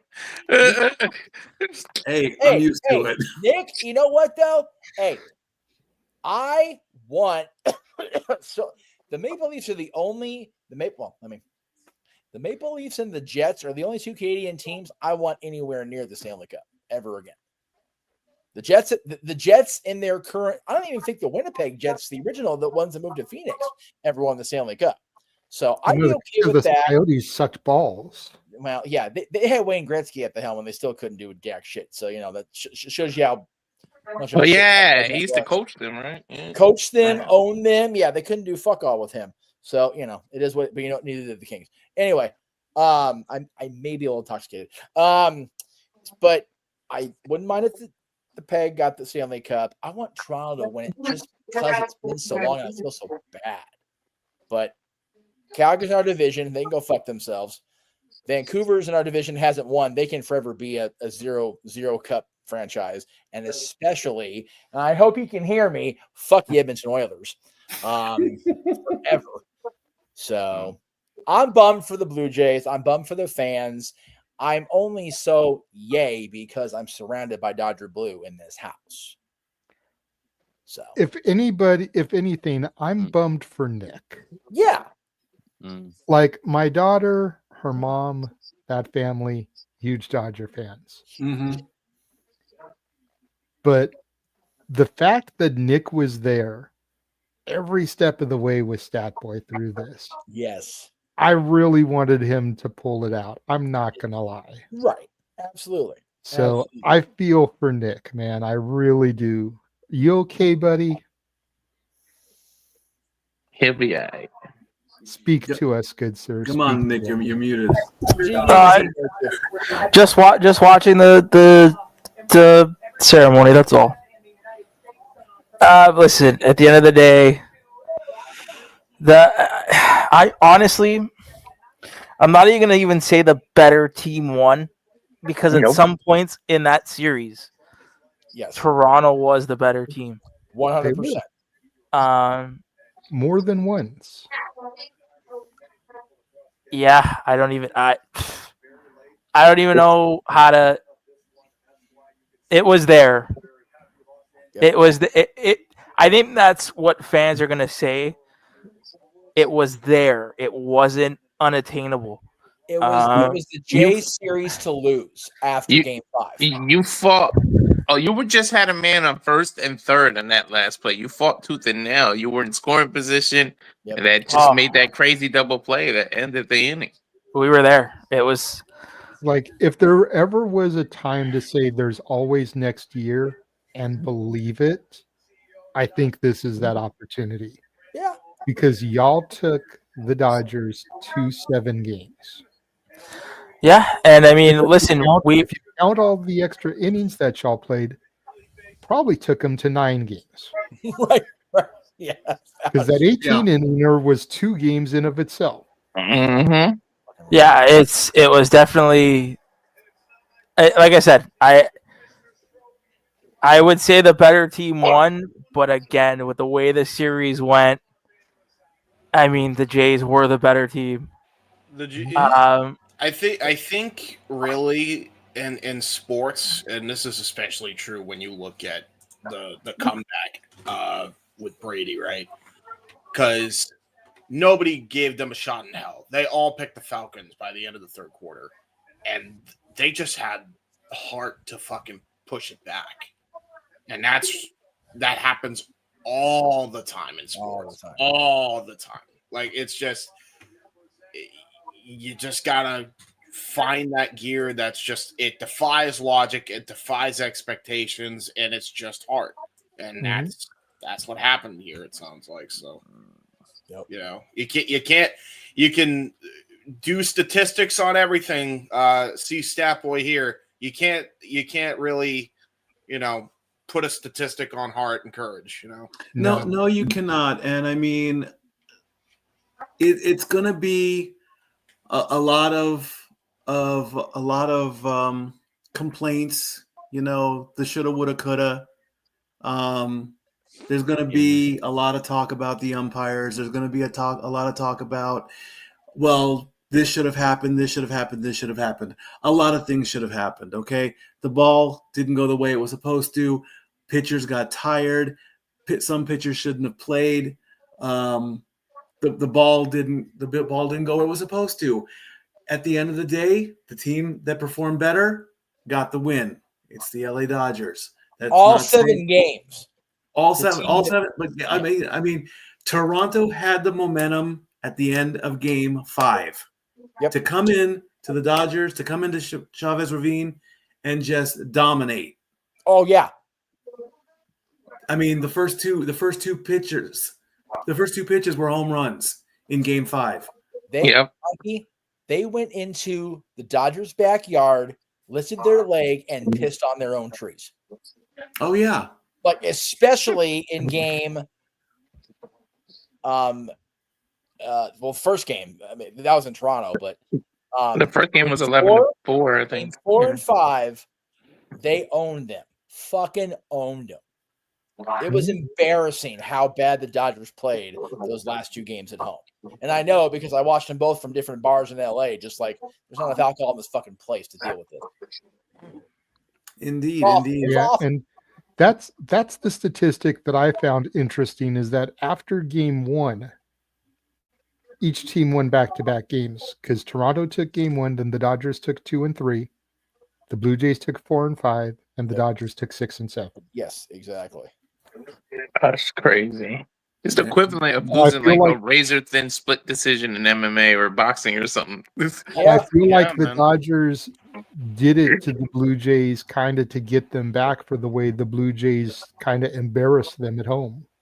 Yeah, that's why I made the reference to the Falcons and Pats. Like, it's that was razor thin too. Like, it came down to really precise plays and heart, you know. So I know if I was Falcons done since then. I know if I'm Miguel Rojas, I call it a career and retire as a champion right now. For real. Yes. And they've just given the MVP award to Yamamoto. And I think he earned it. I really do. That guy had no business pitching as well as he did at this point of his career. So. Well, Statboy, I know you told me in private chat that you weren't going to stay long. You had to do driving in the morning. But you have something coming up on Monday, so why don't you go ahead and talk about that real quick, and then we can let you sign out so you can get to rest. Monday, Week 9, Monday Night Football. I have no idea who's playing right now, but I'm going to get that really, really quickly. Right. We have, I basically just said, it's going to be the Cowboys and the Cardinals, so that's going to be a pretty good matchup, I believe. I think I will start the feed a half an hour earlier than normal. That way we can just put baseball to bed for the next 6 months. We'll look at all the stats, and we'll go from there. And then when we get done with Monday Night Football, we are halfway done with the 2025 season. So we'll start the push towards the playoffs. Congratulations to the Dodgers. You're back-to-back champions. Do we want to talk three-peat? Not tonight. No, we'll talk about that. What time are you going to start then on Monday? I'm going to start at 6:30 Eastern. Okay. 6:30 Eastern, 3:30 Pacific for you West Coasters like me and Jeff and Walter. And we'll see what the Cowboys can do Monday night against the Cardinals. I mean, 7 games. A stat boy's work is never done. If it's not doing the stats, it's out there pounding the pavements and making money. Thanks for the time, fam. Thanks for the baseball. Monday, back to work in football. I love you all. Nick, great job. Thanks for sticking it out. You're more than welcome to come in on Mondays if you want to talk football, and we can keep this going, bro. I'm sorry about Toronto. They put up a hell of a fight, but it's just not their year this year. That's all I can say, bro. Thanks, guys. I'm out. There's your champs right there. There you go, brother. Bye-bye. Bye-bye. I almost said it when he said out there, and he's making moves, making $1 million moves, but he making $1 million, so you know. Oh, Jesus.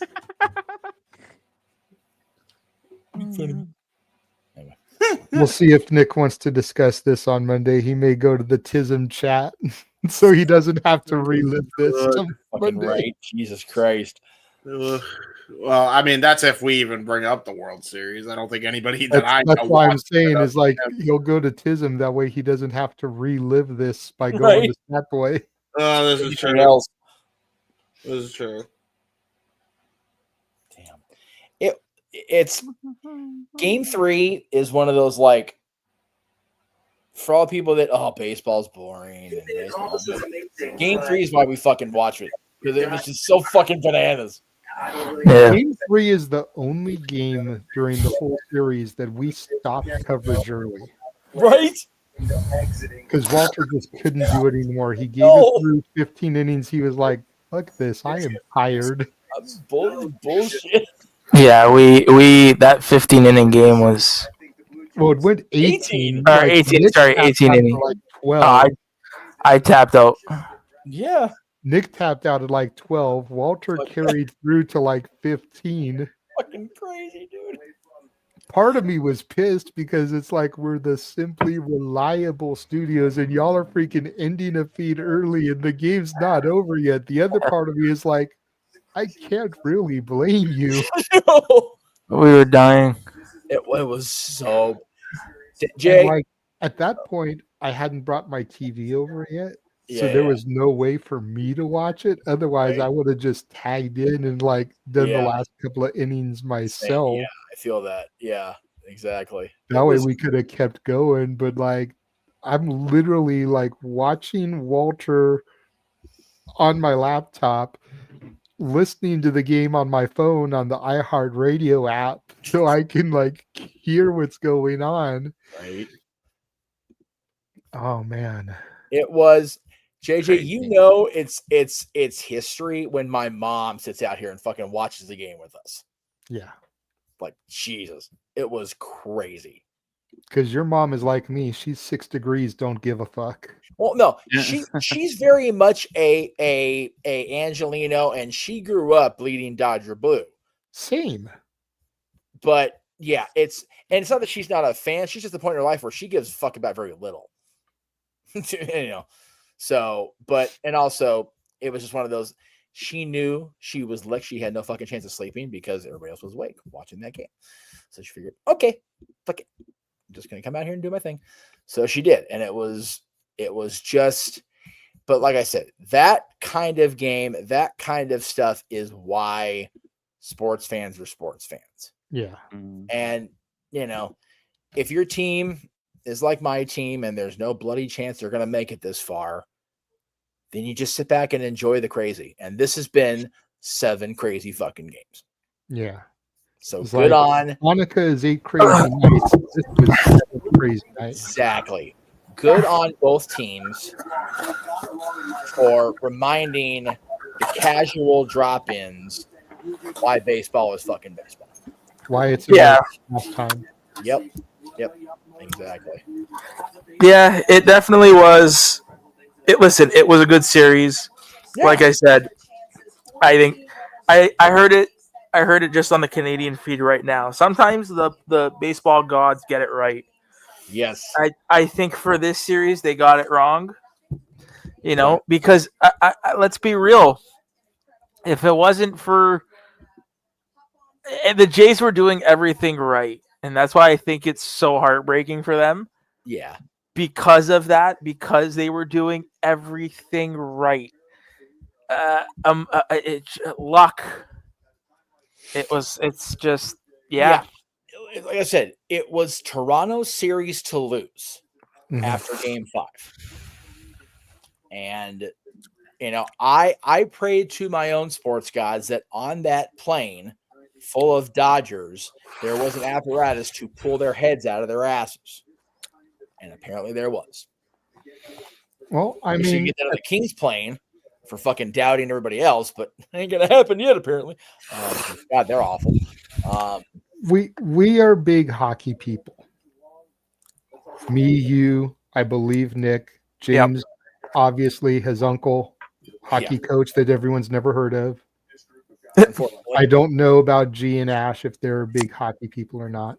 G, so Ash, are you a hockey fan at all? I mean, I know you're Canadian, but that doesn't mean you're a hockey fan. I don't really follow too much of the games. The only time I watch it is if I'm at my grandma's house watching with my family, and half the time they don't really pay attention to the game because they're like too pissed drunk out of their asses. 'Cause once they start drinking, they don't know when to stop. Right. Fair enough. So Cease is a Canadian that doesn't really follow. He's a Canadian that doesn't really follow hockey that much. So my point was valid. Yes. But the point I was going to make is that hockey, and I know football does it too a little bit, even though I don't really follow football, tape study. Tape study is key.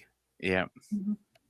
I would not be surprised if the Dodgers went back and were like, okay, where did we go wrong at home? Yeah. And they course corrected and they did what they needed to do to pick up those last two games. Yeah. But again, this one went extra innings. Yep. Last night's game didn't, if I remember correctly. Correct. It was straight up 9. Yep. So clearly Toronto did some tape study this morning, was like, okay, we lost. We should have been able to close this out yesterday. What happened? Right. Yeah. They came back fighting because we were able to push extra innings. But the Dodgers just had that little bit more chutzpah that was able to put them over the top. Exactly. And again, I feel so bad for Nick. I know. First time joining the sports bar calls, not doing wrestling, doing something outside of wrestling for us. Yeah. With Mikey of all people. I love my brother to death, but Mikey is definitely an acquired taste. Brother, if you're still watching and you haven't gone to bed yet, you know I'm not lying about you, so don't come for me, bro. But everybody that knows Mikey knows he's an acquired taste. So for Nick to sit there and ride with him for 7 games, that's a testament in and of itself. That's dedication. For real. And granted, the 18-inning game was Monday. Didn't have to deal with that because Mikey was doing Monday Night Football. But the fact that he stepped into the sports bar and did 6 games technically with Mikey, that's something to be commended right there. So I do feel bad for you, bro. But again, there's always next year. Go ahead, Jeff. I see your hand up.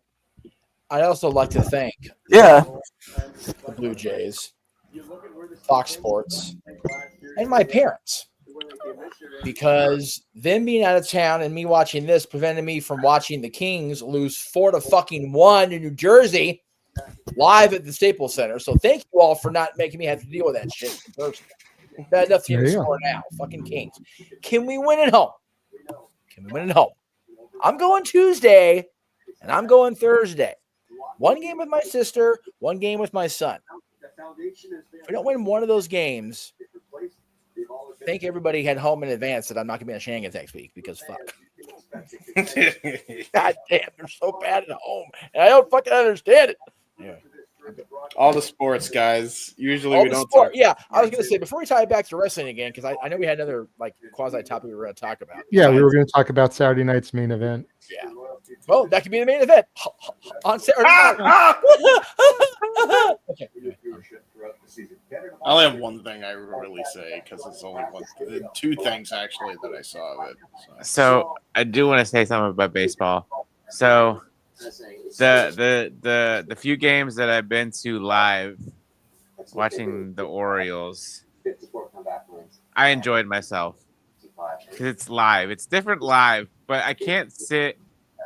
I don't know. I've tried to sit through a full baseball game. Whoa! I don't think he meant to do that. No, I think he did. We know how Nick is. The tarp is off, boys. See, he totally meant that. Go to bed, child. Go get demonetized. Holy shit. Demonetized. We going to hell. Be no money made on the channel. Speaking of people bitching about teams, my damn Steelers, the highest paid defense in the NFL, has not shown up in the past 2 fucking games. Yeah. Like, what the fuck? I am so irritated right now. What the hell? Gee, fucking Grandpa Rogers has a chance to beat the one team he hasn't beaten yet because it's the fucking Packers. Right. And they shit the bed. The defense doesn't show up twice in the past 2 games. They didn't do fucking Aaron any favors. And then guess who we're playing tomorrow? The fucking Colts. Oh, they're on a fucking hot streak. Oh no. Like, here we go. I'm like, I know. Talk about heart palpitations and a freaking heart attack. My God, every fucking week with the Steelers. Dude, I am so glad I'm going to see Back to the Future at Universal on Monday. So I don't have to watch that fucking abysmal Monday Night Football nonsense because the Cowboys are going to get their ass kicked again. But whatever. So, anyways, back to wrestling. Oh, God damn it. Back to wrestling. Yeah. Back to wrestling, please. Do we want to run the commercial before we go into wrestling that we can everybody reset, Jay? Yeah, we can do that. Okay. Please. We'll be right back, right after these words. And now for a taste of things to come.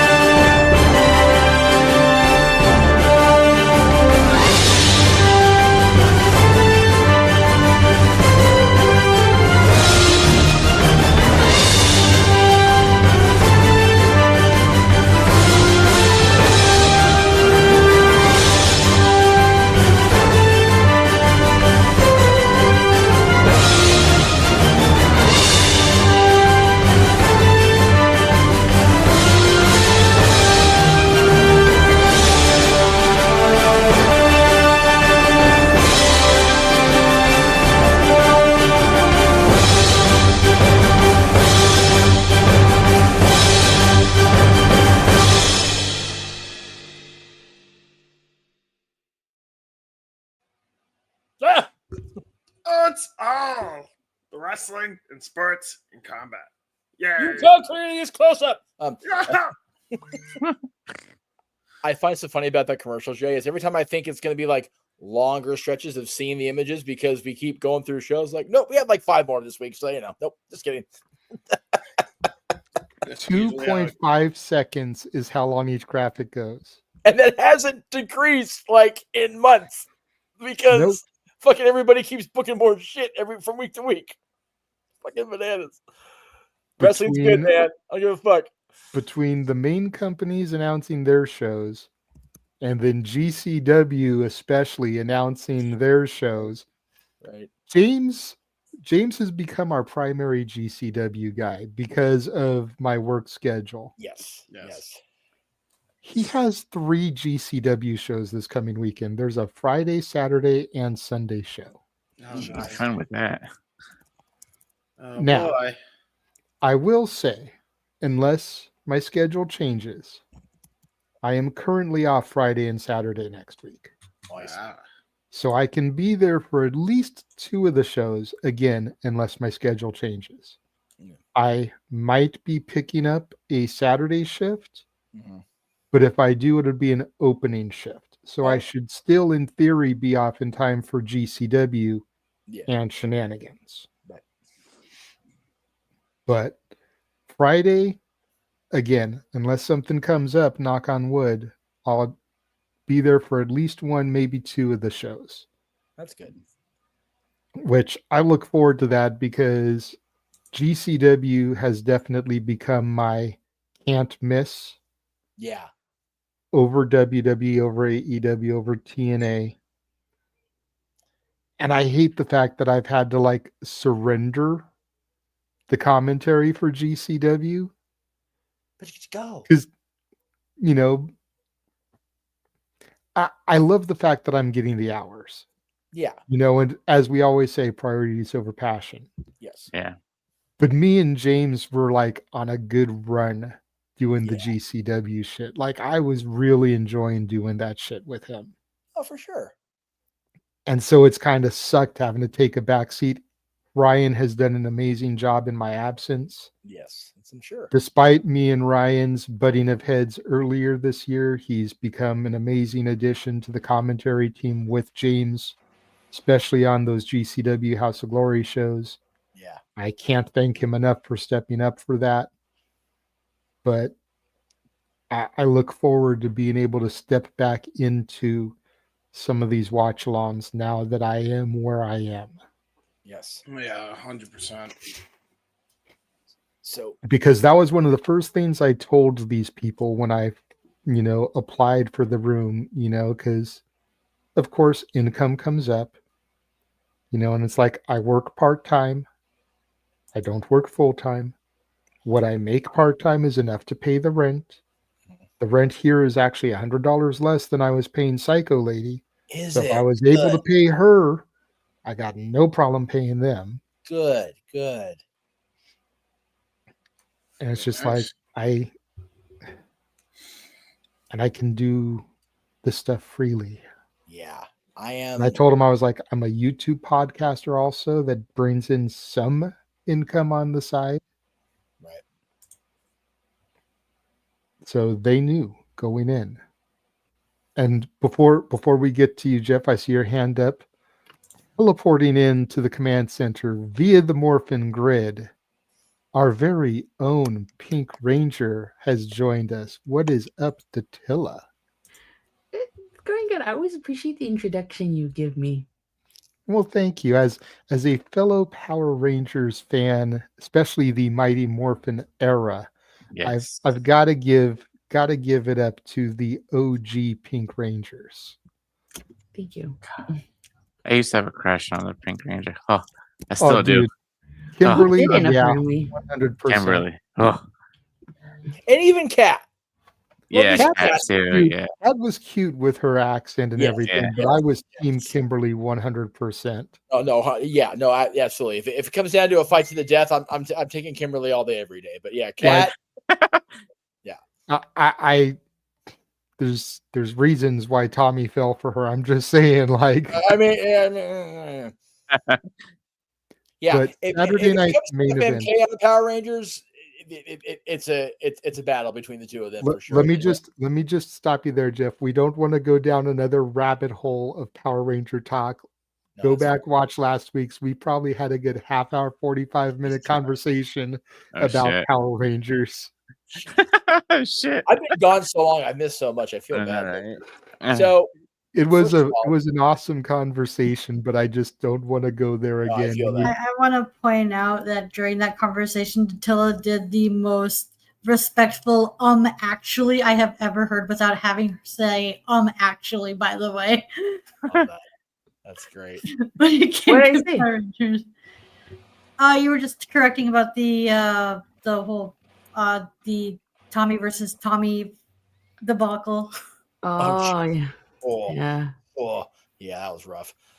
But anyways, so I'll let you lead this conversation, Jeff, since you were on the Saturday night's main event call along with Big G. I definitely will, but I just want to point out as far as the graphics go. First of all, that edit I did for House of Glory fucking popped way better than I thought it would on big screen. So that I'm so glad that turned out so good. If you happen to have the graphic you sent me about who's been signed for the December GCW show, I would love you to put that in there just so I can gush really quick about it. But we'll get to that. Hey, give me a second to load it. I can do that for you. Yeah. The other thing was, I was mentioning to G about thankfully having to miss Monday Night Football Monday because we're gonna pull off a month's year-long goal. I think more than a year now. Goal Monday. This lady and I are going out, and not just to any movie theater, but Universal AMC, where the place lives, where the story lives. And she is going to see Back to the Future on Monday. For the first time ever. First time ever. We're finally going to get this lady to see Back to the Future. And I hold no expectations because not everybody loves it the way we love it. And that's fine. But I just want her to see it. And if you're going to see it on a big ass screen for its anniversary, you got to go where it lives. So we're going to Universal Monday. Not to the parks, but just to that's the fair. Nice. As far as GCW in December, which ironically, Jay, is the day after we're doing the first Meacham family Disneyland Christmas trip that I'm organizing, which is fucking like I'm all like fucking nervous as fuck about it. My dad is still going, but it's my part at the end of the day. So that is the day after that. GCW highest in the room for him is fucking hysterical.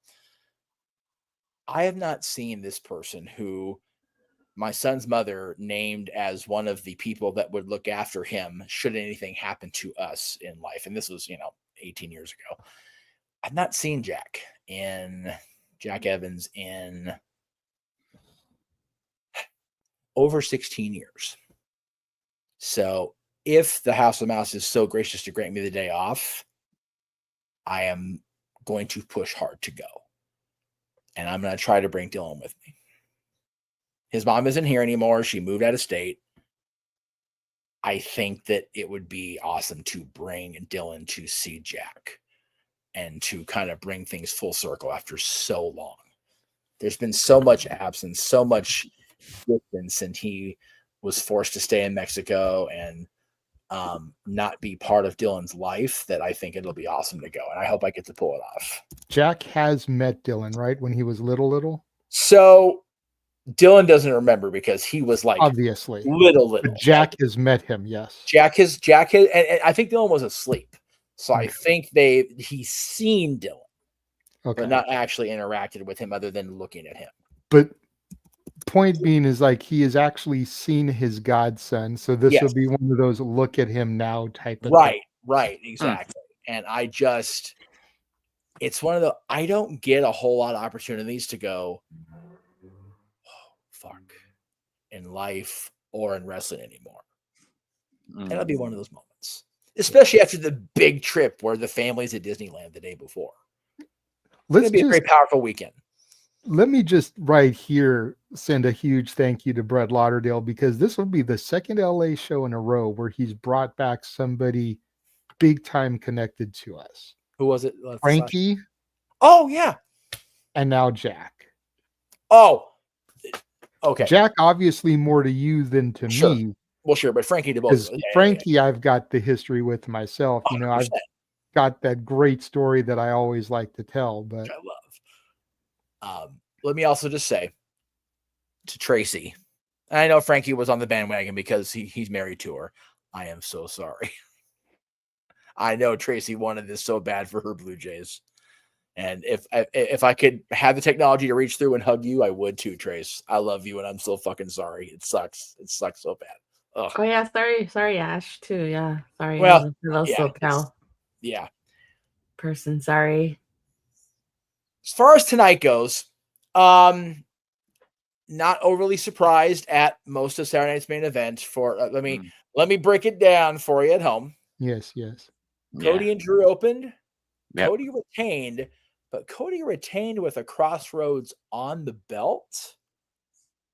And he kind of gave a little sneer at the 1, 2, 3 before he realized he was being watched and went back into Cody Rhodes mode. So no, I remember he hit Drew with the DDT on the belt, and then the crossroads. Right. Yeah, that's right. Yeah, it was DT on the belt. Then he hit the crossroads, but he still had the look of, I know what I did. I know exactly what I did. So it's like, I asked G and everybody on the air. It's like, could we see heel Cody Rhodes defend against babyface Tribal Chief in Vegas? Like, I'm here for that shit. I'm here for the third match being a complete role reversal. I'm here for it. No.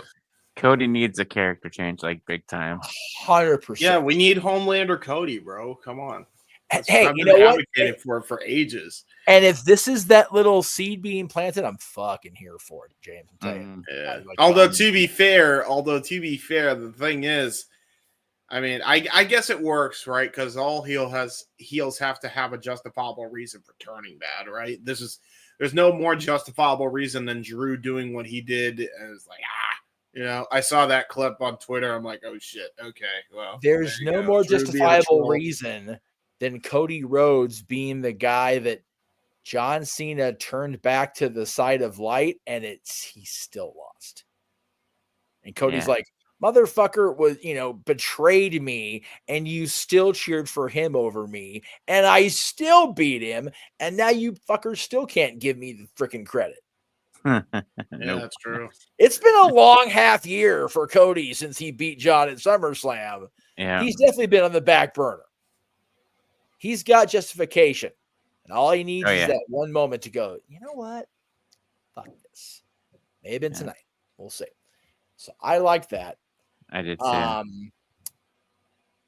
JJ, have you seen the clips of the women's championship match or know the results? Yo, I am happy for JJ. The storm finally came. We have a new champion.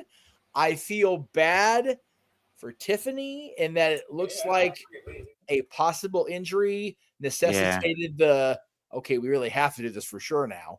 Yeah. And if it is the case, I feel bad for Tiff because the title run has gotten stale here in the last little bit.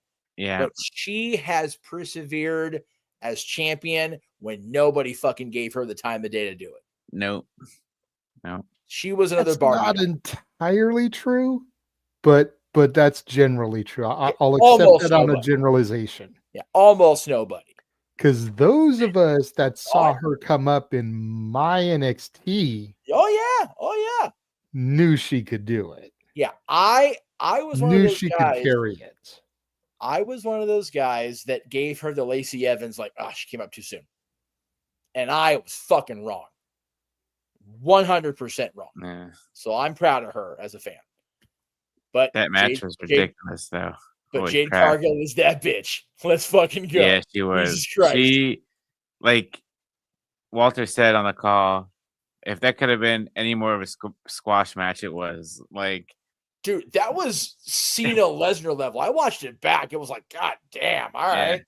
Yeah. Like, I don't know how long the match was or anything, but the little video clip that I saw on X was powerbomb, pretty much jaded. That was it. Pretty much what it was. There was like one time in the match she did like 3 fall-away slams. Yeah. And and she just like dominated like the whole entire match. Like I'm so waiting the internet chatter that's gonna be criticizing her. Of course. Why wouldn't there not be? Greenberg, Jadeberg, she shouldn't be the champion, blah, blah, blah. Oh, we have life out of Nick after the Dolphins. Now, my question is he raising his hand to speak, or is he raising his hand because that's his opinion of her? He wants Go to speak. ahead, Nick.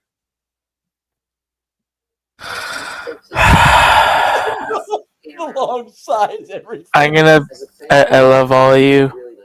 I think I'm gonna bid y'all adieu for tonight. Oh, okay. Okay. I'll be watching. Yeah. You're good, brother. I appreciate you coming on, for the little bit of time that you did. Dang, that was a 5-minute match. If we'd like to send donations to Nick's way to get him some Zima and some melatonin to sleep this bullshit off, by all means, Support his Tim Hortons addiction. support his Tim. Yeah, no shit, huh? He's so Canadian. I love him for that. Bye, Nick. Love you, Nick. Love you, Nick, brother. For real, dude. Like for real. All kidding aside, it is rough when your team has it in the palm of their hand and loses it. Yeah, it's rough. It's a rough go. It's to be a sports fan. It's a shitty existence when that happens. I'm a Kings fan. We're like that for pretty much all time. Yeah, but yeah. So I'm waiting to see the internet response because there's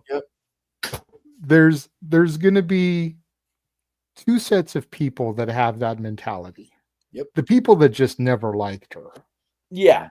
100%. And then the AEW fans that are hating on her going to the Fed, winning the World Championship when she was only a TBS champion in AEW, and they still didn't think that she deserved that.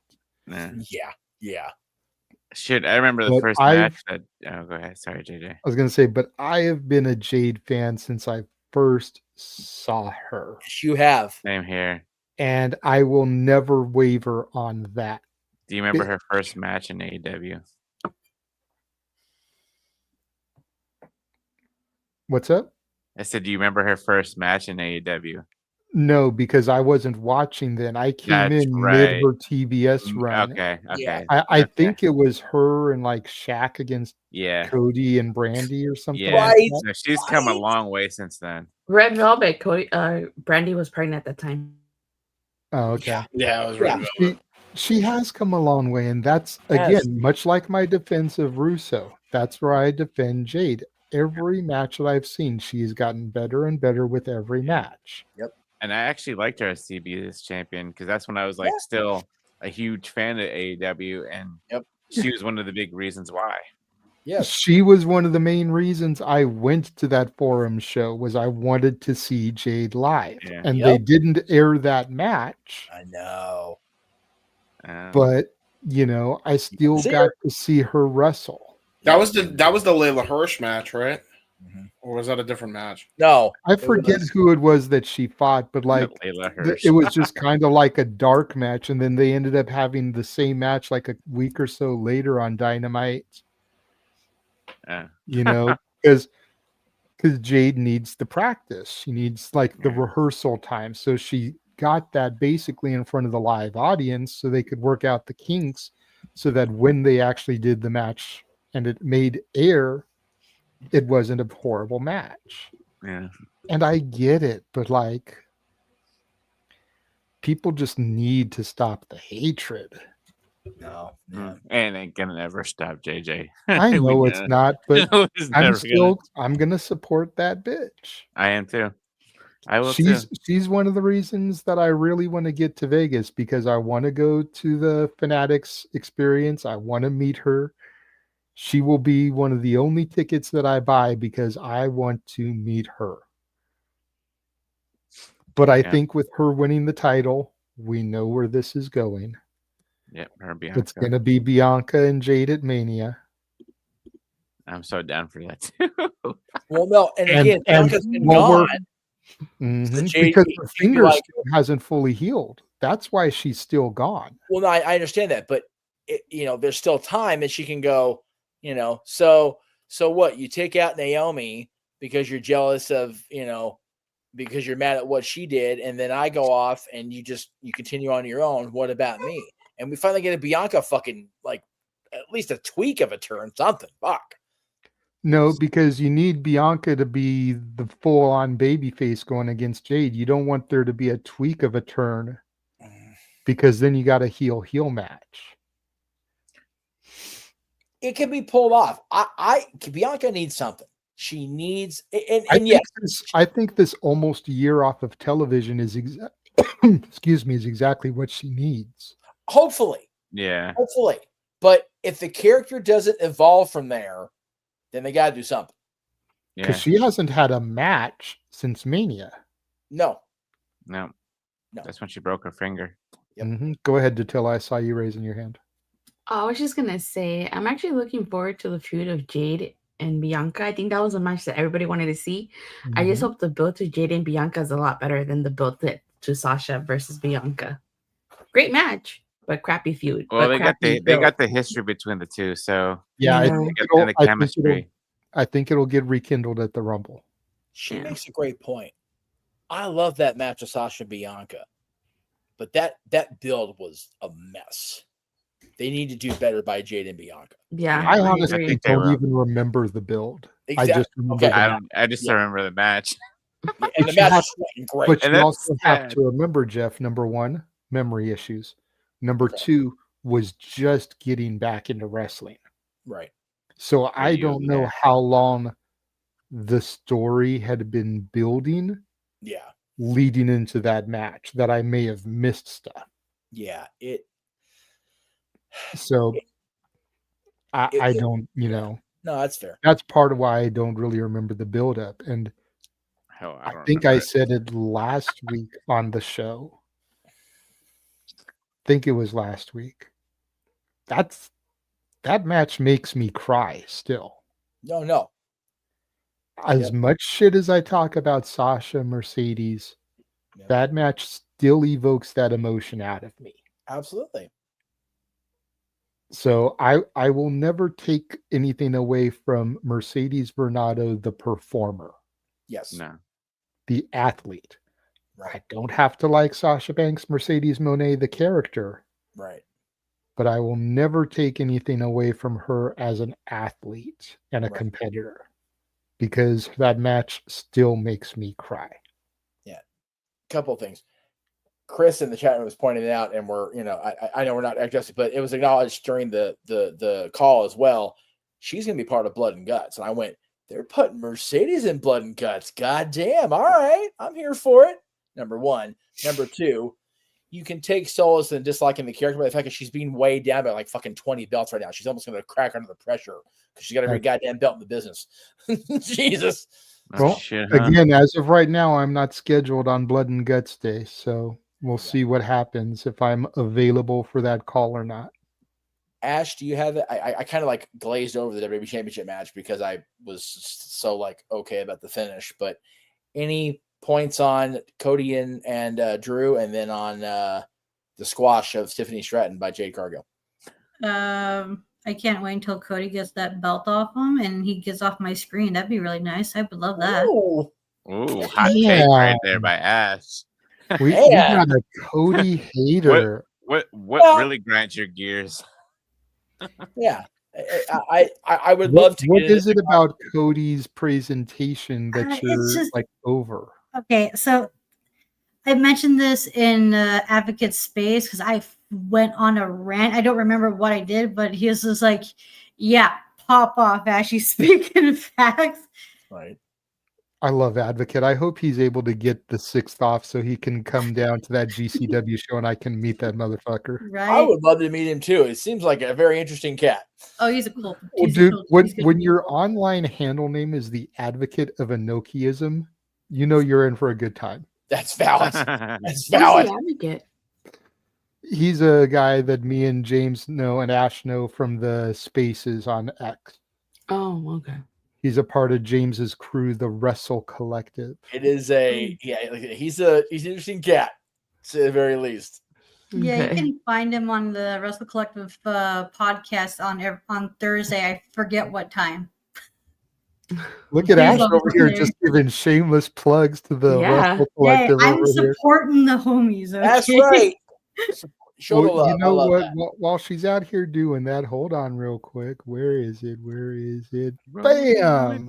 There we go. All right, there we What go. I don't like about Cody is like, Go I don't ahead, know James. what, Point up. like when he cuts his promos, it just seems so inauthentic. It's just like he comes across as like a politician in which he's tells you what you want to hear, so that way you get on his side. And I get that's the whole point of being a wrestler, but when I don't know what it is, it doesn't seem believable. It seems so fake, disingenuous, and that there's like an ulterior motive behind it. I'm like, you don't really believe that? There's something in there. There's like That's what Drew's been saying this whole time. Right? So if he does turn, and that's a part of the reason he turns, will that make it better for you? It'll make it more tolerable. Okay. Now that's tolerance is beautiful. He has preached, JJ has preached tolerance to me for years in terms of sports, but he knows now that's a lost cause because especially when it comes to a certain hockey team a few miles south in Anaheim. And the fact that one of their top players of all time is now wearing my fucking jersey. Anyway, back to Saturday night. It also has 3 movies about him. Fair. Which movie? But Intercontinental Championship, Dirty Dom, still Dirty Dom, dude. Dirty He's still Dom. the champion. He's still At one point, we called him. Well, I called him Dumbass Dom. Dumbass Dom is the new shirt, dude. I'm fucking having that shirt made for the Survivor Series. I swear to God, I'm gonna do it. Okay. I was cooking with my boy Mauricio at work today. Ruh-roh.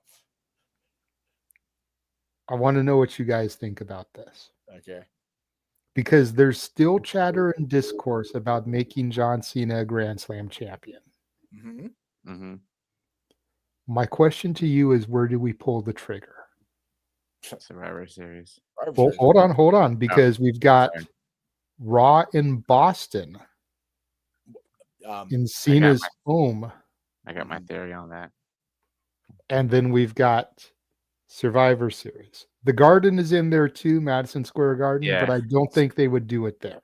Well, but you've got the stop in Cena's home, and you've got the stop in Dom's home.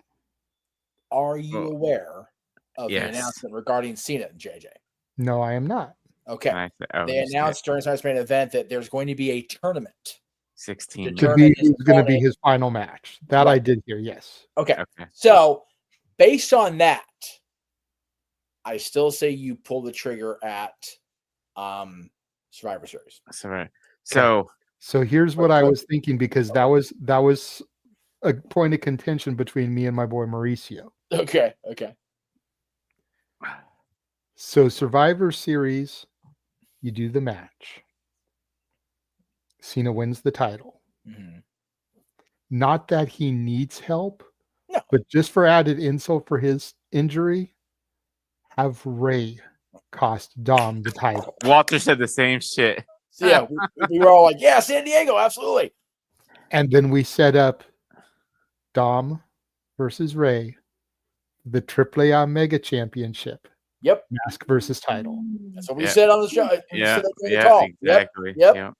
Dude, we're on the same page. That's fucking scary after all this time. I love that. First of all, me and Walter already we've discovered we share a brain. Shit. And the fact that these conversations could be happening at completely separate times. Yeah. Because my boy left work at about 3:00. Oh shit, okay. And y'all went on the air at 3:30. Roughly. So this conversation had to have happened, we'll roughly say around 2:30-ish. Okay. West Coast time. So 5:30-ish East Coast time. Right. So it would have happened before y'all went on the air. Yeah. Yep. So but just saying, like, yeah.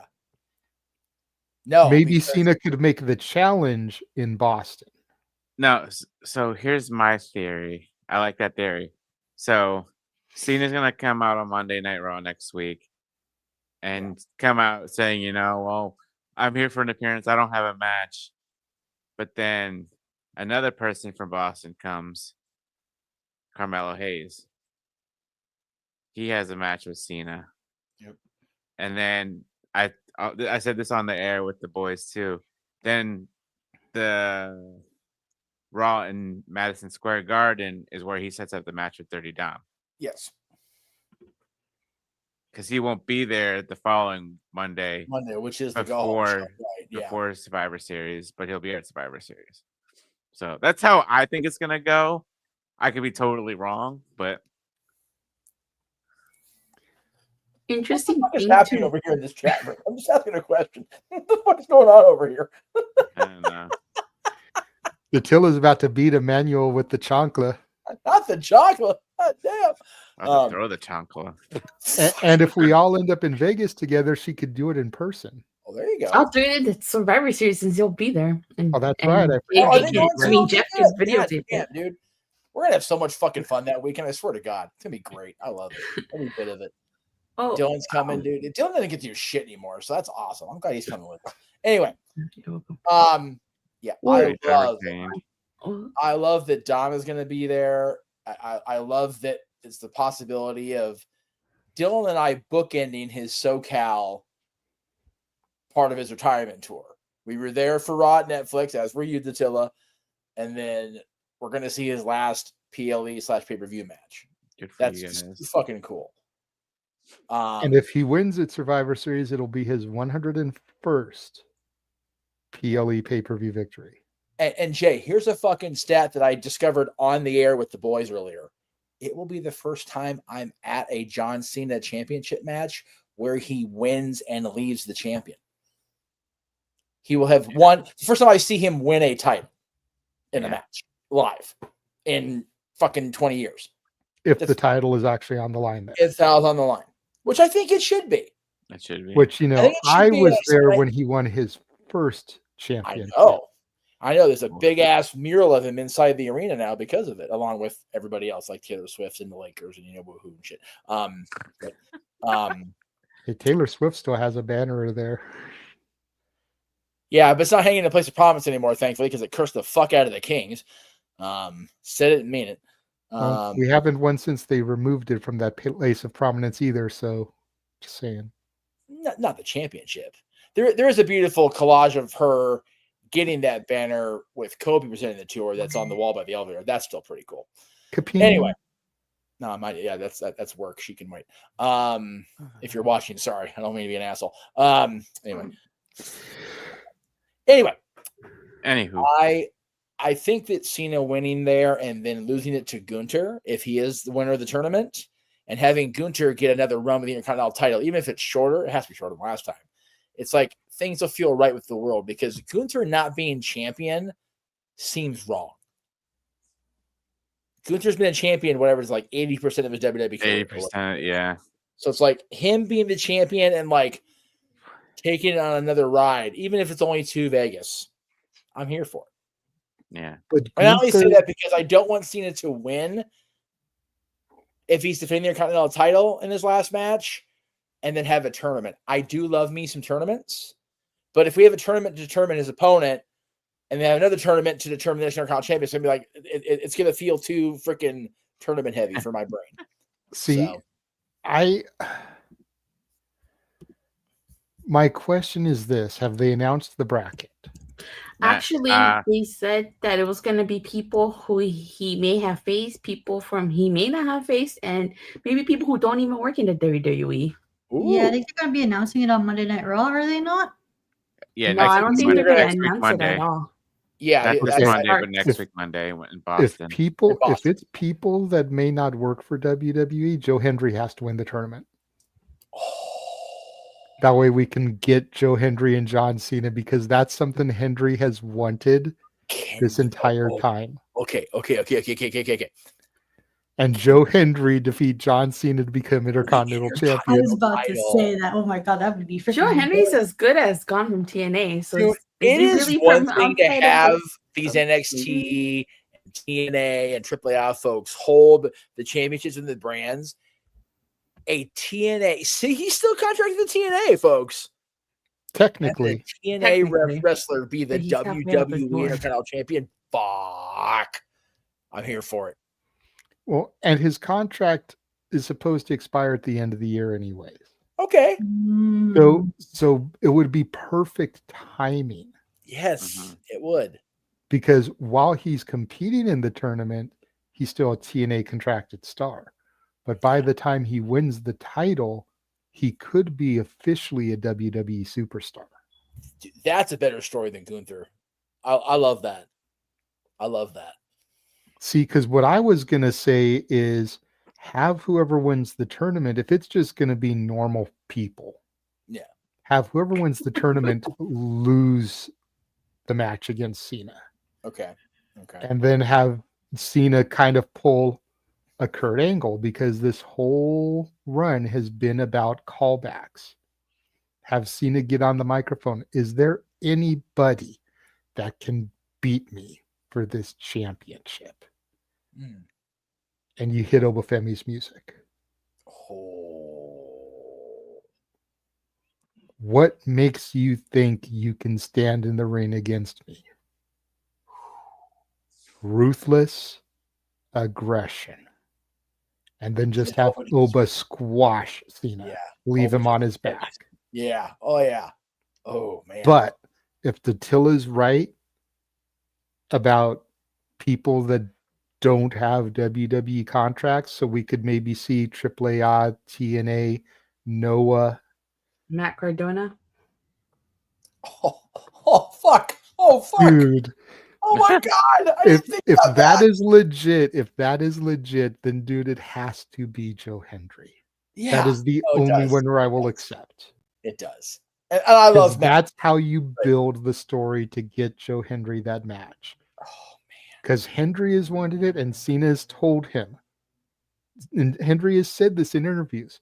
If you want this to happen, you have to make it happen. Yep. Yeah. He's talking about that with Chris Van Vliet. I don't have an issue with it, but if you want this to happen, you got to make it happen. And this is how you make it happen. Yeah. Which would mean he'd be on Raw or SmackDown for the first time. Yeah. Damn. Oh, it's such good fucking shit. Ah, Jesus. It would only be his third main roster appearance. Yes. But he would officially be defined as a Raw superstar by winning that title, at least until they do a superstar shakeup, a draft, whatever. Yeah. There was our buddy Emmanuel's talking about that Cena's last match is equivalent to a championship. You know what? It is. It shouldn't be just some random ass, like, throw it together. You got to earn it. John Cena's last match, I'm going to piss the fuck off out of Emmanuel right now. John Cena's last match is equivalent to the streak. You got to earn that shit. Yeah. You want to be John Cena's last opponent, you got to earn that shit. So a tournament's the way to go. 100%. Yeah. Man, these next couple months are going to be loaded with tournaments. I have no idea how the hell I'm going to keep up with them. Right? Yeah, you know what's funny? So 2 days after John Cena's last match, I'll be in Raw and Hershey. Just imagine, what if Hendry does beat Cena and he shows up to that Raw and Hershey?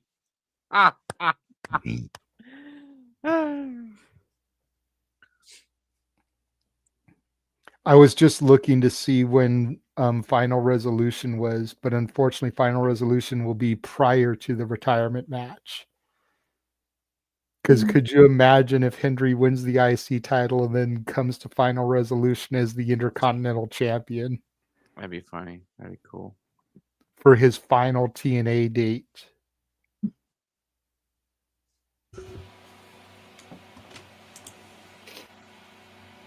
I'm going to go to bed.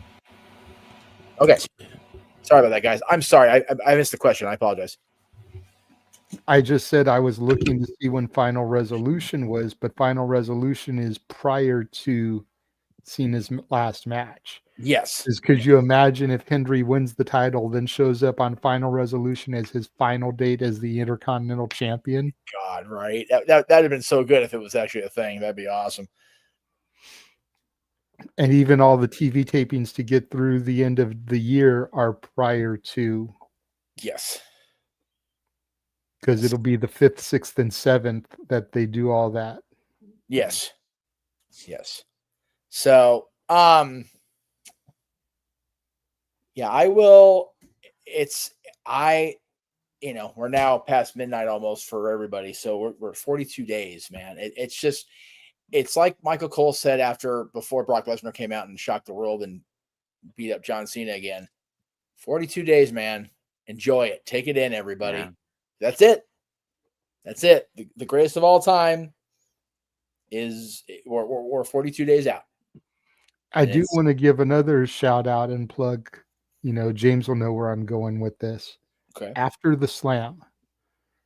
It's a podcast that's interviewed myself. Yes. It's interviewed James. It's interviewed DJ and some of the other people from the Spaces.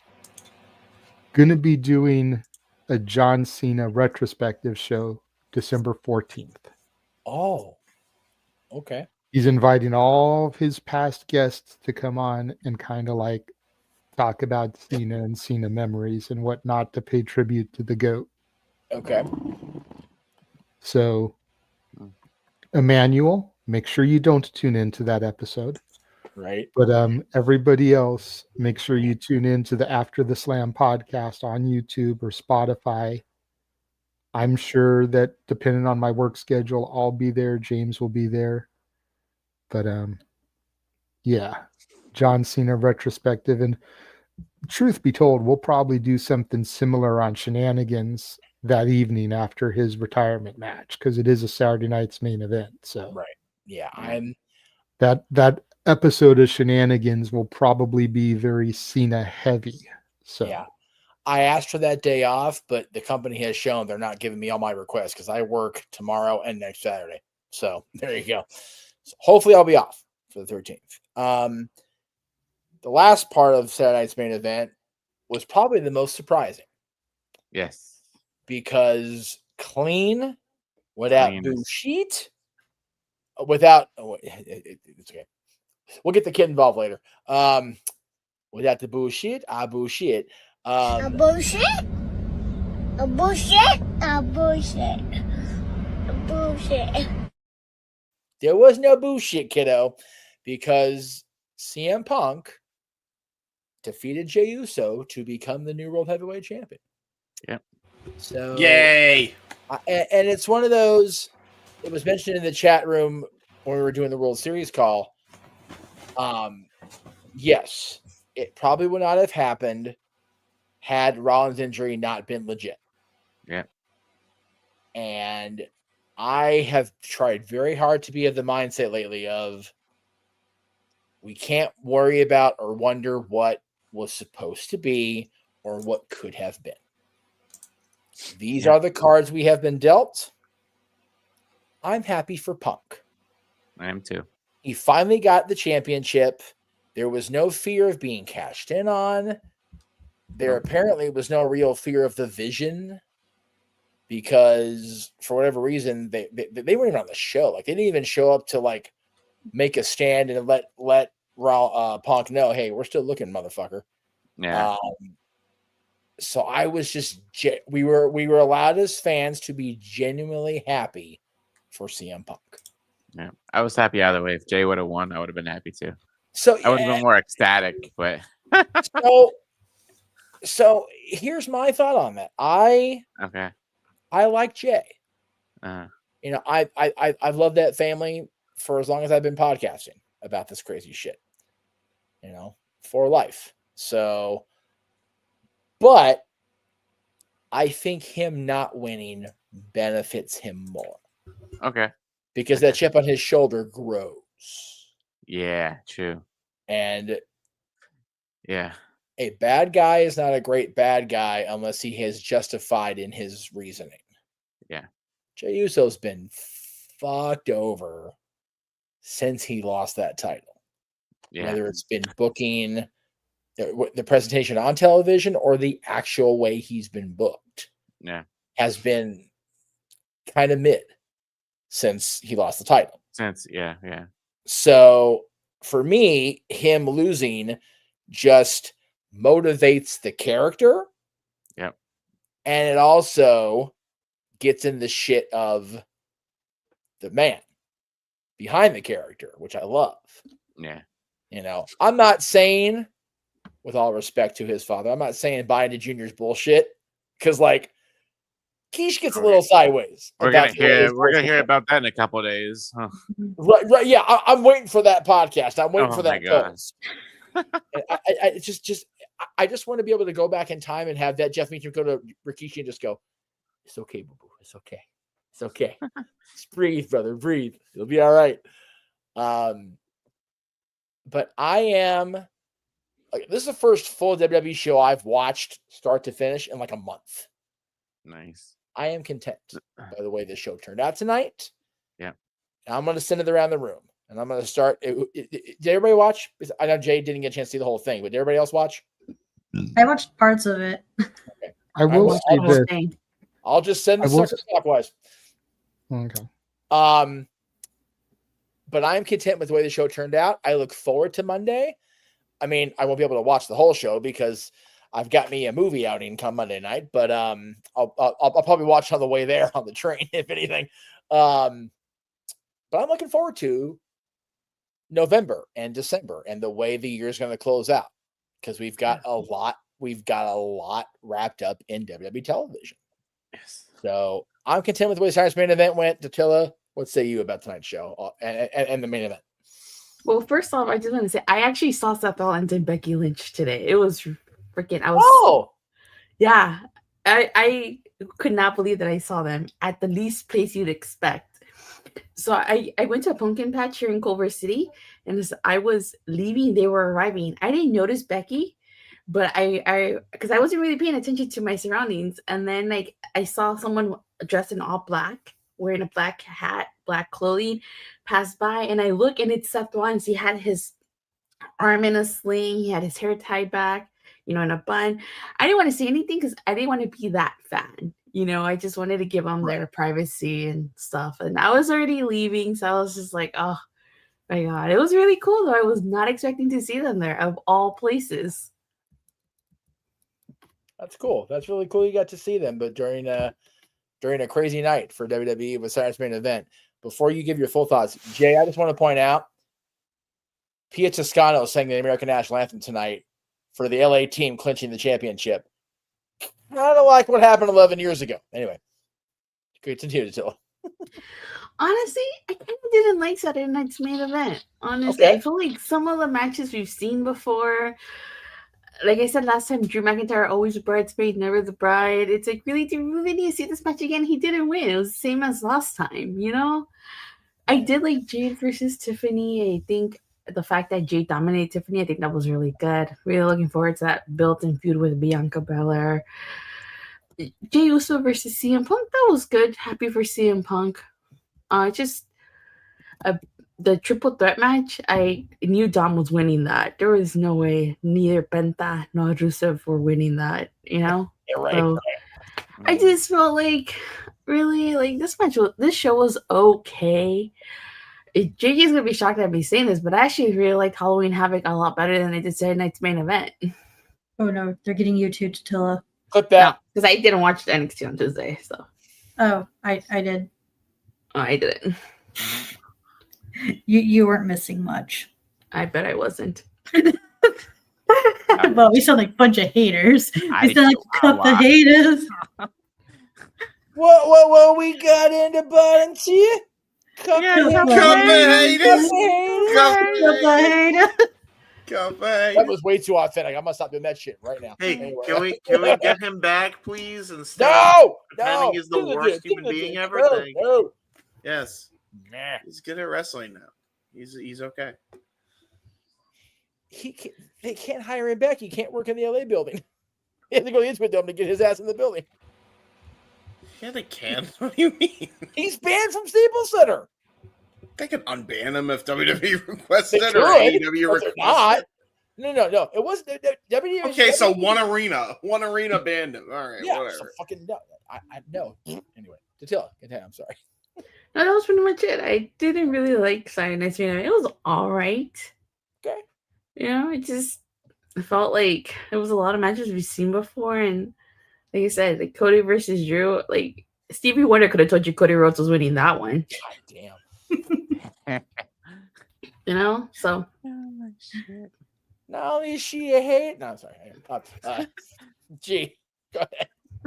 I mean, now that I You had a called me, couple, so yeah. I mean, now that I had a couple hours to think about it, I mean, you know, it's Saturday night's main event. It's not a PLE. It's just a show on Peacock just to throw matches out there. You know, with Drew's match, you know, he threw in that stipulation if Cody got disqualified or counted out, he'd lose the title, and that backfired on Drew. 100%. You know, like I said, that Jade match couldn't have been more than a squash match. Oh. Like Jade was just like absolute perfect in that. Like if you turned her heel, she has to win the title because then it would just been pointless turning her heel. Right. The triple threat, like I said, that one moment just made me laugh with dumbass Dom. Like he pulled an Eddie move in a triple threat match, and the ref was like, "Are you stupid right now?" I was like, "He's not gonna get disqualified." Yeah, JJ. For context, he threw threw a the chair. chair to Rusev and then fucking flat back like Eddie would do. The referee's like, "It's no disqualification, you moron." Yeah. So Jay said dumbass Dom, and I'm like, fuck yes, dude. That's Yeah, the new shit. dumbass Dom. I'm making that And then- shit for fucking And Survivor then Series. there was another part in the match where we called Rusev being a dumb heel because he did something stupid. Falling for the bell ringing after. Oh after the, God, I know. God, it's like when does Aaron start calling him the stupid heel? Yeah, Like, yeah. fuck, man. Yeah. Oh, it was so frustrating. But yeah, I didn't see Dom losing that match. That was a good match though. Like all three of them, it was still good. Are good. You know, they're good mid carders. And then the CM Punk match and Jay match, that was a good match too. You know, back and forth. You know, we thought there might have been some shenanigans with the Vision. I'm surprised Jimmy didn't come out at all either, you know, and try to like help Jay and accidentally cost him the title. But I liked it. You know, they focused on the two men, a clean match to determine a new champ. We got CM Punk as a champ. So I'm excited for Monday. I'm excited for December 15th when I go to Monday Night Raw because I'll see a CM Punk as World Heavyweight Champion. Hopefully, if he doesn't defend the title at Survivor Series. But yeah, I'm excited. I'm excited for the next couple of months too for WWE to see where this goes, especially with this tournament with the determining John Cena's final opponent. So yeah, I'm definitely curious about that. That's my hot take on it. For like, I'm happy CM Punk won because I am a big CM Punk fan. I have been a Punk fan since 2008 when he helped me get back into wrestling when I stopped watching it for a long period of time. I mean, I only watched like the ending parts of the match. I didn't watch it fully, and I liked what I saw. But oh my God, Bill Brooks, CM Punk. Never, ever, ever, ever, ever, ever do a spear because oh my God, that was whack. Yeah, that spear was. Please don't do that, Punk. Like no, like your other high impact moves you do, that's fine. Just don't do a spear because that looks so ugly. So yeah, I only saw the ending sequence. I liked what I saw, minus the whack ass spear. But other than that, right. I'm happy Punk won. I'm looking forward to how long his title reign is, who he ends up dropping the title to, and how long that person's reign is going to be. Right? Yeah, definitely. It's one of those. It definitely happened because Seth got hurt. Like, there's no way around denying that. But now it's like, okay, well, he's finally got the title with no Rollins to obstruct him. Mm-hmm. I opinion on the air, and JJ, I'll throw it to you by asking you this because I know you're a fan of this guy. Drew McIntyre once again loses to Cody Rhodes. For the most part, Drew McIntyre got schooled on the feud with Punk. But now Punk has something that Drew would like to obtain and grab at. Do we revisit that with the injury to Jacob Fatu and the absence of Seth Rollins? Do we go back to Punk versus Drew again? No. Okay. No. And once me and James give our thoughts, that's going to segue into the other part of the topic on this, because with the Rumble now looming, I'm curious who our early predictions are to win the Rumble. Yeah, right? Considering who our current champions are, but we'll get to that momentarily. I will say this much. If this had been a predictions thing, I would have aced it. Right? Yeah. Yeah. Because everybody that I wanted to win won. Hey, take her out, dude. Whether you want to call that predictable or whatever, a knock it for its predictability or whatever, but I didn't think Drew was going to win. I figured Cody would retain. I had much the same philosophy when it came to Jade. What's the point in her heel turn if you're going to have her lose to Tiffany again? Mm-hmm. IC title, I was a little bit torn because I really would like to see Penta get a run with it. Right. But knowing we're coming to San Diego and Boston, I figured if we were going to do the Cena thing, one of those spots is the place to do it. Yeah. Yeah. And then as far as Punk and Jay, no disrespect to Jay, but I wanted Punk to get a run with it. And you can say, oh, that's petty. You can be a hater, but as petty as that may be, I'm not the one that posted this image on Instagram. There you go. Right on. All elite WWE champions. Fuck, that's tremendous. I love that. Somebody please call 4 pillars, right? What? 4 pillars, right? Jesus. Has somebody checked on Tony Khan's welfare after this picture went up? Somebody should tweet that to Tony Khan. Oh my god! Right here. Has somebody called Tony Khan check on his welfare today? No. Put it back up. Put it back up real quick. I know James doesn't follow this person, but I'm curious to see if Heel Lucy tweeted this out and had some kind of shit to say. Oh, fuck him. Because this totally looks like the picture that he would send with a Tony Khan fumbled type of thing to it. No, but that's the thing. It's who cares? That's me now. Whatever. But leave it alone. Leave the poor boy alone. He's only a boy. I'm just happy. I'm happy, and not for petty reasons, just for logical reasons. I've been a Punk fan pretty much my entire wrestling fandom ever since I learned of Punk. I've been a Punk fan. I've never wavered on Punk. Jeff has wavered on Punk. There have been times when Jeff thought Punk was a piece of shit. Absolutely. And I never wavered on Punk. No, much like I've never wavered on The Rock. Same thing with Jade. Same thing with Jade. Been a fan with her since I first saw her. Yeah. So I'm beyond stoked. Yep. I've watched so little in the last month or two. I completely forgot Ricky was the NXT champion, and that shit makes my day, because that was a guy that had AEW not signed him up, he would have been probably part of this show on the regular. Mm-hmm. He was that much of a fan of my stuff and a friend. He still is a friend, but just so contracts are what they are. But that picture made me smile so big. I'm so glad you posted that. So we'll let James go ahead and bring it home. And then, James, I want you to think, because you'll be the first person to go on the second half of this. And we'll go back around the other way to bring it back to Jeff.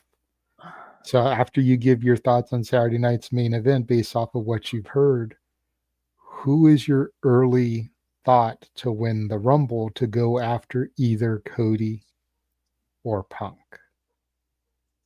Go ahead with your SNME thoughts and then answer that question as well.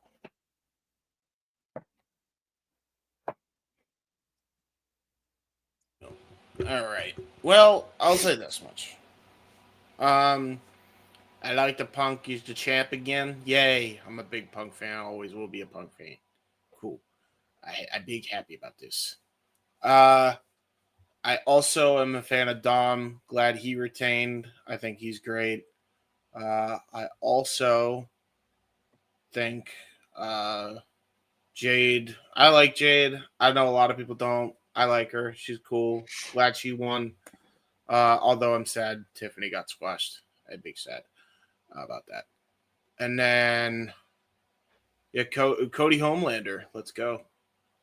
I still hate that everyone keeps saying Cody Homelander. I have no reference to Homelander. You gotta watch. You gotta watch The Boys. You gotta watch The Boys. It's great. It's a great show. I'm on the same boat as you, JJ. I don't watch The Boys, so I don't really get the reference.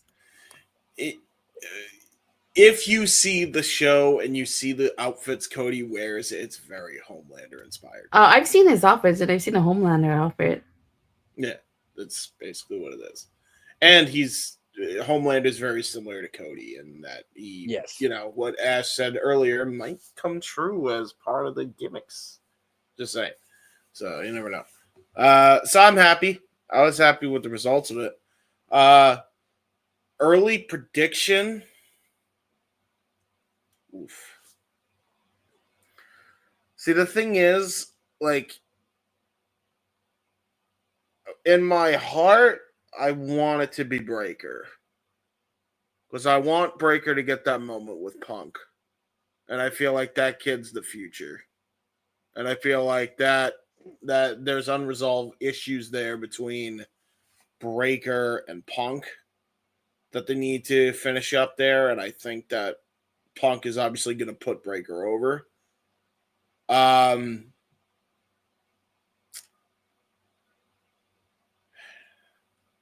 then my heart says my heart says Breaker. My mind says Roman. I feel like they're just going to go with Roman again because, why not? Especially if they're going to do the role reversal, why not? Cody Roman 3 for the championship. Personally, I'd rather him just win the Elimination Chamber for that spot. I mean, makes more sense to me. I'd rather Braun win the Rumble because I feel like that's a bigger accomplishment for him, especially when you consider the last 3 fucking Rumbles have had viral moments involving fucking Braun. So I would like it to be Braun. But yeah, overall happy with the results of Saturday night's main event, even though I did not watch because y'all know why. Fair enough. There you go.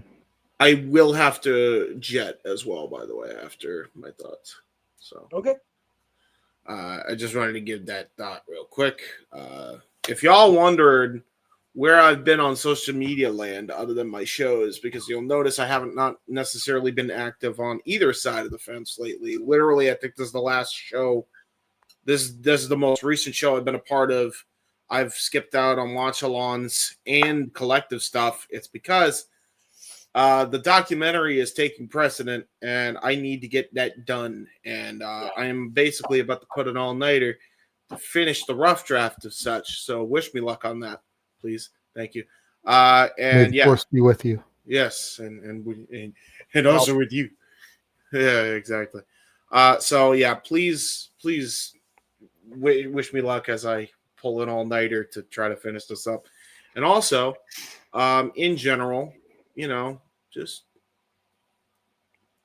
got life going on. Life happens. Shit happens. So I'm doing the things that I need to do. I will come back momentarily. Once this documentary is done, I then have a whole other project to do, which is the freaking highlight reels for the last 2 years for this fucking show. That's fair too. That's so fair. kind of what's happening. That's why I'm like trying to get this done so I can get to that, and then that's going to take me all of the next 2 months. So yay. That will be infinitely easier than doing a doc. I'll tell you that right now. So change this off early time to do really cool and dumb things for the internet. Yes. What happened, Ash? I said I can't wait for the highlights. That's going to be fun to watch. Yeah. Oh yes. Indeed. So they will be interesting. Before you go, I want to reply to Nick's comments about the Jay should win the Rumble. No, the Jay should win Money in the Bank in September. That way, when whoever wins the World Series wins, Jay's like, "Ah, wait, fuck off, wait."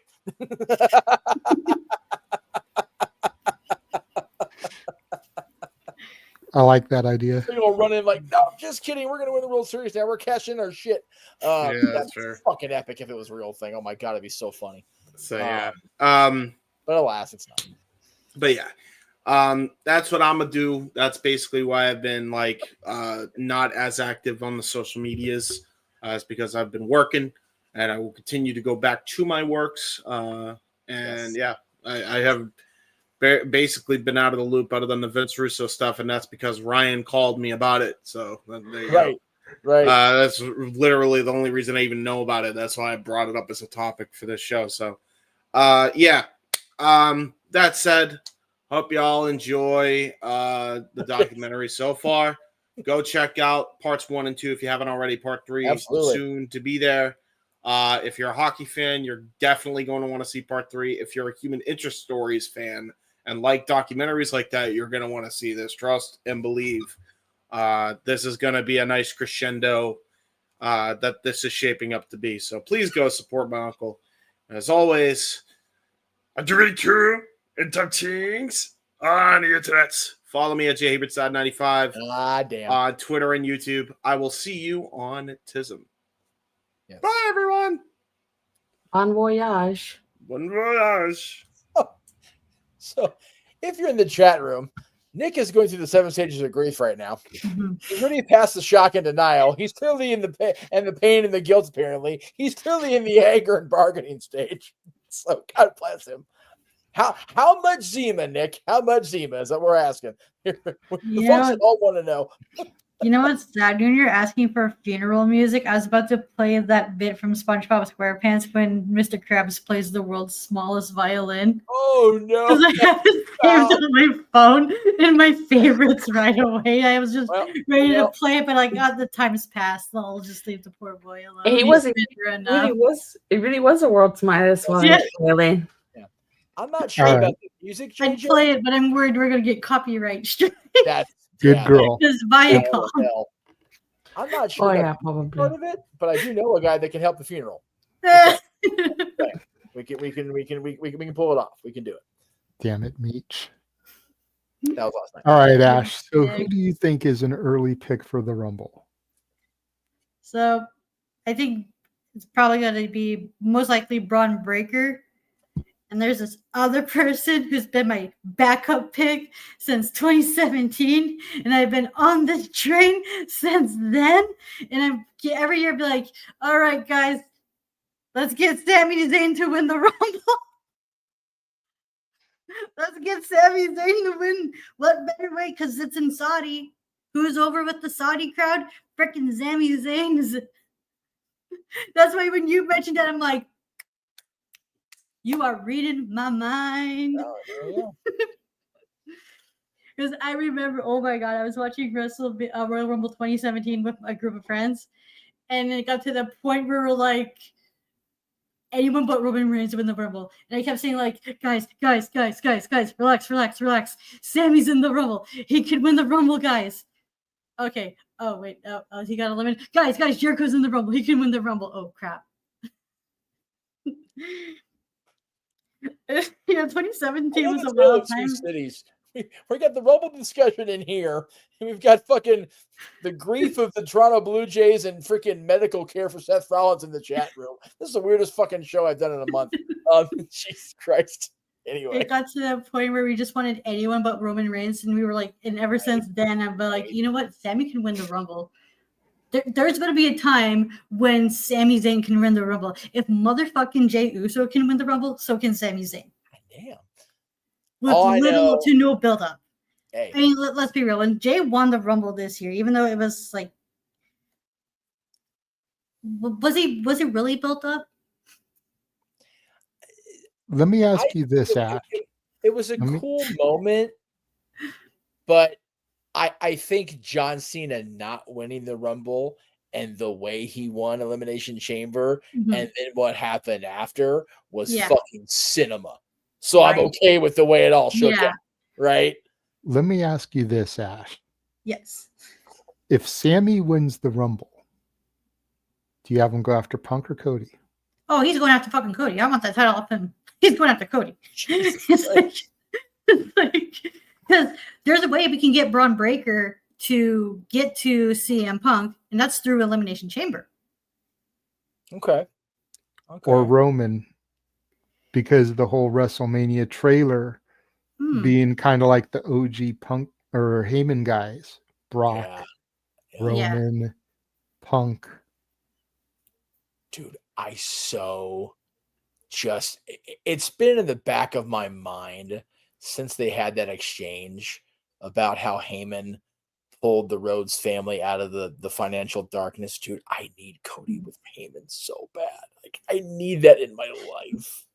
I am at the point where it's just like, it doesn't matter to me who wins the title, whoever gets that title off of Cody Rhodes. I'm gonna be like, you are my new favorite for the time being until you drop that title. Right. Because I just don't want Cody as champion. I know I'm so like a colossal hater, and I own up to that shit because I'm well aware I'm Queen Cody Rhodes hater. Because he just doesn't do anything for me. He's so disingenuous. He's so boring. He's just I don't know, man. Like I don't know what to It's scary, Jay. There's enough people in my life now where you can actually have a Cody Rhodes hate club rather than a fan club. So I skipped myself on purpose because I wanted to see if anyone was going to say Sammy first. Okay. Because I think it's going to be Sammy too, now more than ever, with the people that he has to choose from. Yeah. At first, I was kind of entertaining it just because it was Saudi. Right.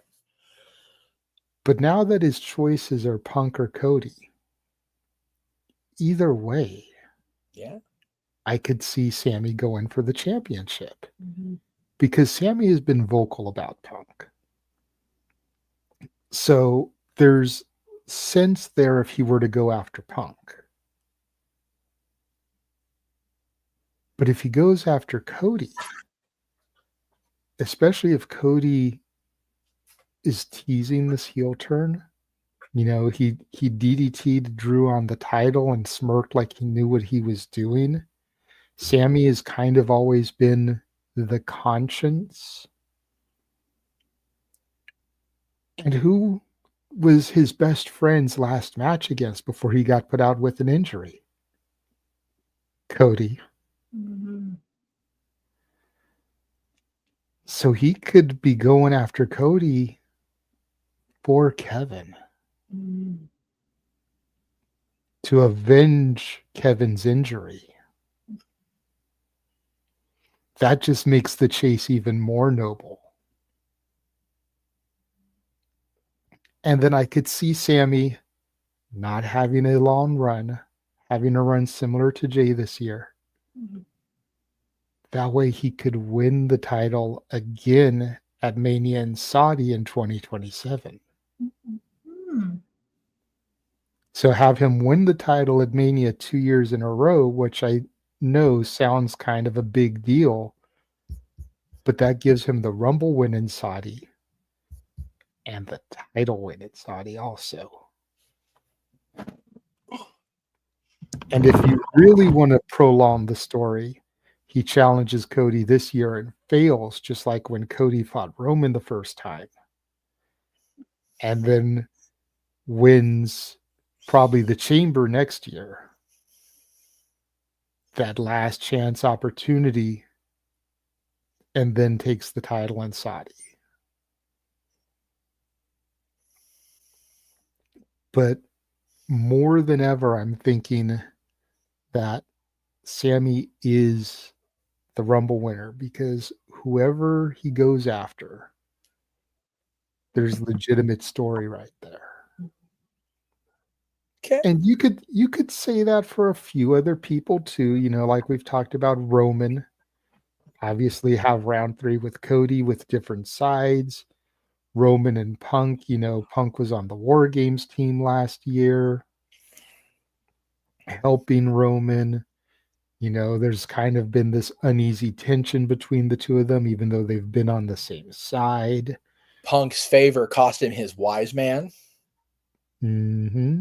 So, there's some story that could be written there too. Absolutely. On both sides for Roman, but I think Sammy and Roman, just off the tip of my head, so don't come at me, people, are the only two people I could really think of for both sides of that coin right now. Okay. Makes sense to me. Datilla, who do you see as an early Rumble victor coming out of Saturday night's main event and knowing who the champions currently are? For men's, it's both Braun Breaker and Sami Zayn. For women's, I'd say Liv Morgan. Yeah. See, I wasn't even thinking about the women's. I was just more so focused on the men's right now. But no, that's fine. She wanted to throw Liv in there. Liv is a fair shout. Who would she go after, though? I'd say Stephanie Vodka. Well, if she is champion by, still champion afterwards. Because I don't think I feel like Bianca should win the Chamber and go after Jade. I don't think Bianca needs to win the Rumble Again. Yeah. again. Yeah. You Chamber though. Yeah, I'm here for that. Yeah. Especially since Jade's return was this year at the Chamber, beating Naomi down right in front of Bianca. Circle of life. And it moves us all. It does move us all, especially in wrestling. Mm-hmm. Yeah, see, I think Liv winning the Rumble would only make sense if Roxanne is champion. Mm. And we might get there. We might get there. Who knows? We might, but I just and again, it's been a minute since I've watched, but with the pieces where they currently are, I don't see it. Mm. Go ahead. Oh That no, was I was just gonna say, I can't think of anybody else for the women right now specifically, just besides Liv Morgan, because I don't know when the timeline for her return is. So They're saying that they're hoping to have her back by the end of the year, going into the Rumble. So I feel like her coming back at the Rumble and winning would be great, but right now, as of right now, I can't think of anybody else besides Liv. Yeah. I think Liv coming back is almost too good, too predictable. Because a lot of the Rumble winners have had that absence makes their heart grow fonder thing. God, look at Triple H. He went away being the worst of the worst. Like, he was so evil. He orchestrated to have Austin ran down, and Austin still sided with him. That's how badass Triple H was as a heel. But then he came back, and everybody was so glad he was back, they couldn't help but cheer him. And that's happened quite a bit over the years with returns from prolonged injury in the Royal Rumble. I personally believe that Liv is enjoying the out of being bad, because her character was so not fleshed out in NXT, and then when she moved up, they kept going back and forth with her on like a definitive one side of the fence or the other. She is a cheating, man-stealing, freaking skimpy dressing, blonde hoe bag, and she fucking loves being that person. So she may get that initial, oh, yay, she's back. And it'd be like, nah, bitches. Nah, fuck you. Don't be cheering for me. No. Much like Alexa did when she won the Chamber. She fucking roped everybody in, and everybody should have hopes and dreams, except you'll never fucking get them. I was like, yeah, Alexi, get the motherfuckers. Liv can do that kind of shit. So I don't know. And again, to your other point, I don't really know who else can be considered for the women's either, because the future is so undefined. If we get Roxanne in that title role, then Liv's got motivation. If we get Rhea in that title role, Liv's got motivation. But having her just go in there into what will ultimately be a cold program seems like let's just let it flesh out. Men's side, I love everybody's theories. I even like Austin Theory, just as a long shot. Miss that motherfucker. I know people don't like Theory. I love me some Theory. I know you do too. Mm-hmm. And like I said when I introduced him, because you were in the green room, there is only one Big G. Fuck Grayson Waller, even though I like him too. But no, fuck that guy. It's all about Austin Theory. But I really can't make myself look past Sammy, Braun, or Roman. Especially with the people that are champion now. Cody Rhodes and CM Punk. I would love it if it was Braun Breaker. I would love it if, as much as I enjoy Punk being back and him finally getting that world title, if he holds it from now until WrestleMania and then Braun Breaker spears him halfway to fucking Reno, I'm here for it. Oh, that's a good pick, Oscar.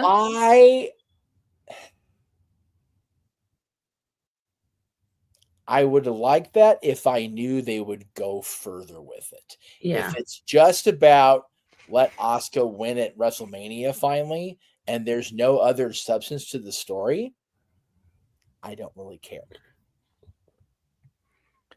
Could this be the opportunity, the rare opportunity, to let an NXT woman win the Rumble? Depends who you're referring to.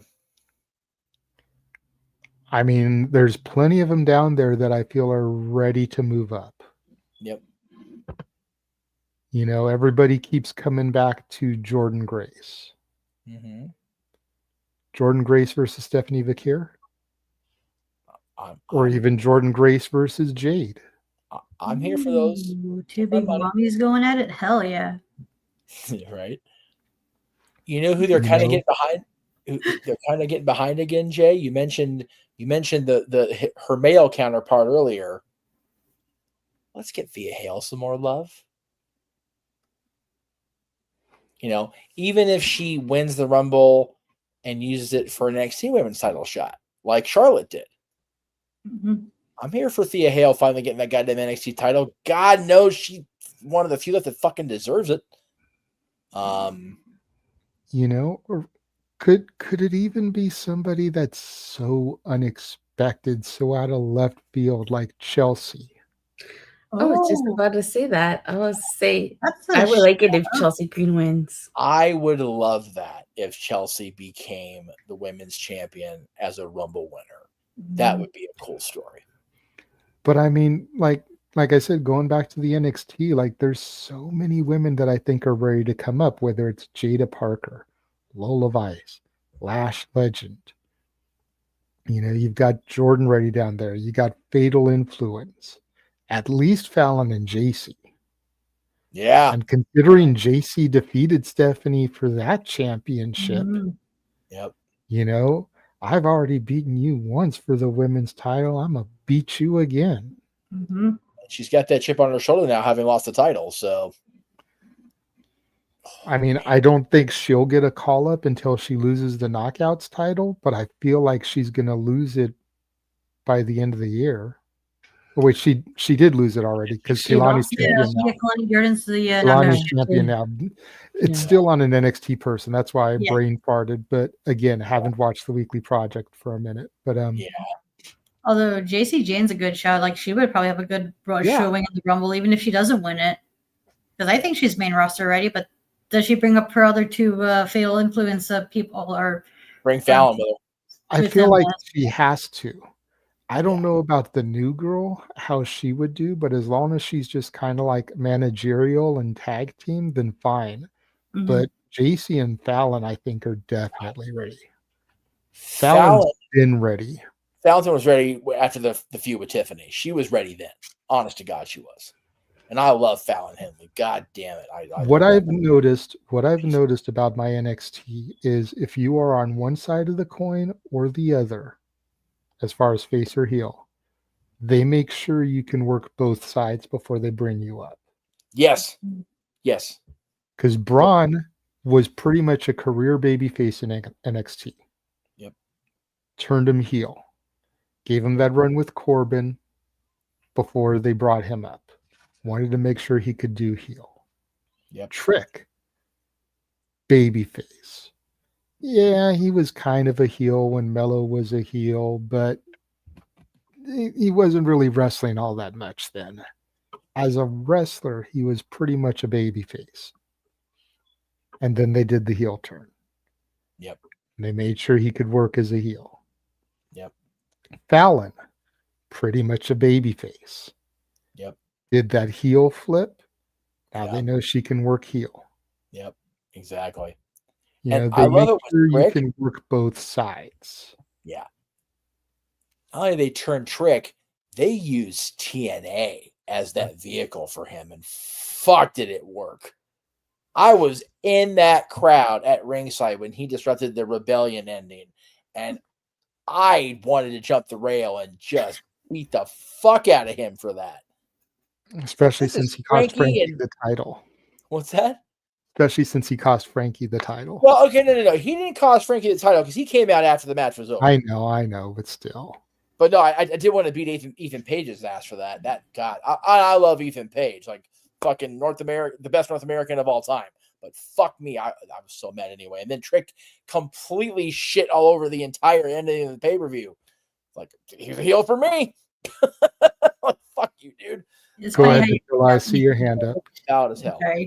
I have to say, like, Trick Williams, and I've said this before, Trick Williams really came onto his own as a heel. I think he did a phenomenal job being TNA World Champion. He turned TNA into Trick and A. Yeah. You know, he did a really, really good job as a heel. And I think he really needed that. I think he did. And it worked really well for him. And I hope the same thing happens to Kalani Jordan. I hope she really comes into her own as Knockouts champion. You know, but yeah, Trick Williams did a really great job. And I think that he's going to go to the main roster and reunite with Melo. I 100% agree. They've been doing this theme lately, I've noticed, with real life couples. Yes. Dude, bring Trick, bring Kalani, bring Lash. And just let them all be a stable, because Lash and Trick are a real life couple and Kalani and Melo are a real life couple. It's a pretty fearsome foursome for my money. For real. Then you've got 2 men and 2 women. You know, you can split the world and the mid-card titles, and they can tag with each other to go after the tag titles. Yep. So you've got another desperately needed women's tag team. Right. You've got Trick Mello Gang back together. Yeah. And then again, one can go after the IC or US women's title, one can go after the Raw or SmackDown women's title, and the same for the men. And Arlene's point is valid. Lash is fucking floundering right now. They're not doing shit. Ever since Metaphor broke up. Yep. They ain't done Shit. shit with her. Jakara Jackson's doing more in the indies than Lash is doing in NXT. Fucking right. I said it and I mean it. And God bless Jakara. She's fucking doing great right now. Yeah, Mara Sade, as she's now known. Yeah. Hey, her and freaking Elena Or, Black and Mandy Rose are collaborating in places that, like, yay for the fans. Like, I'm just saying. So And they're only making fucking the bank. fans. Fucking bank doing it compared to what, you know, and again, you ain't seen hide nor hair of Lash since the Metaphor breakup, like you said, which is bullshit because she's And got Noam. raw, natural talent and she's got the look. Noam Dar, too, has been Yeah. MIA. Yeah. Came But back yeah. from injury, broke up Metaphor. Yeah, that made no sense to me. And I you know, And then 2 of them were released like later that week. right. But as far as the Rumble, yeah, there'd have to be a drastic shift in the presentation for me to think anybody but Braun Breaker, Roman Reigns, or Sami Zayn. What about Bronson? And I only bring him up since he's part of that vision. Like, Yeah. did you see Bronson possibly doing it, or do you think that Braun is the obvious breakout? I think Braun is, and again, I'm making comparisons because of where they are. I think Braun is more the Randy Orton where he's ready earlier. Give Bronson another year, maybe a little bit more. I think Bronson's breakout, he's going to be the guy, even if it's for a brief time, will be SummerSlam next year. Well,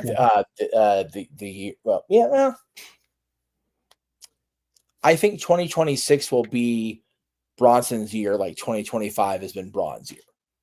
Okay. But to start the year, Braun Breaker's the guy to go for the title in Vegas. At least for my money.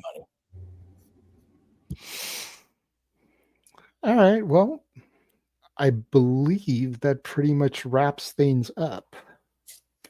The only other thing we were going to discuss, James has kind of dipped out, so can't really discuss. So and it was it was more or less filler anyway, but and I didn't see the show that was going to be talked about, so it's kind of like yeah, neither did I. So yeah.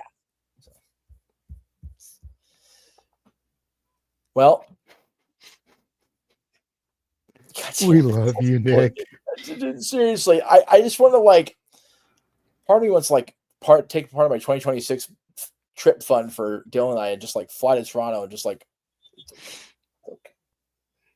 Well, let's go ahead and start doing these plugs. I saw the private chat. Datilla wants to go Mimi's, so she can go first. Well, with daylight savings, you're all going to get an extra hour of sleep. So she's got a big Monday. She's finally going to see this fucking movie, JJ. She's got to get her beauty rest now on Monday. I gotta, as happy as I am that you're going to go see it in theaters and Datilla's finally going to see it.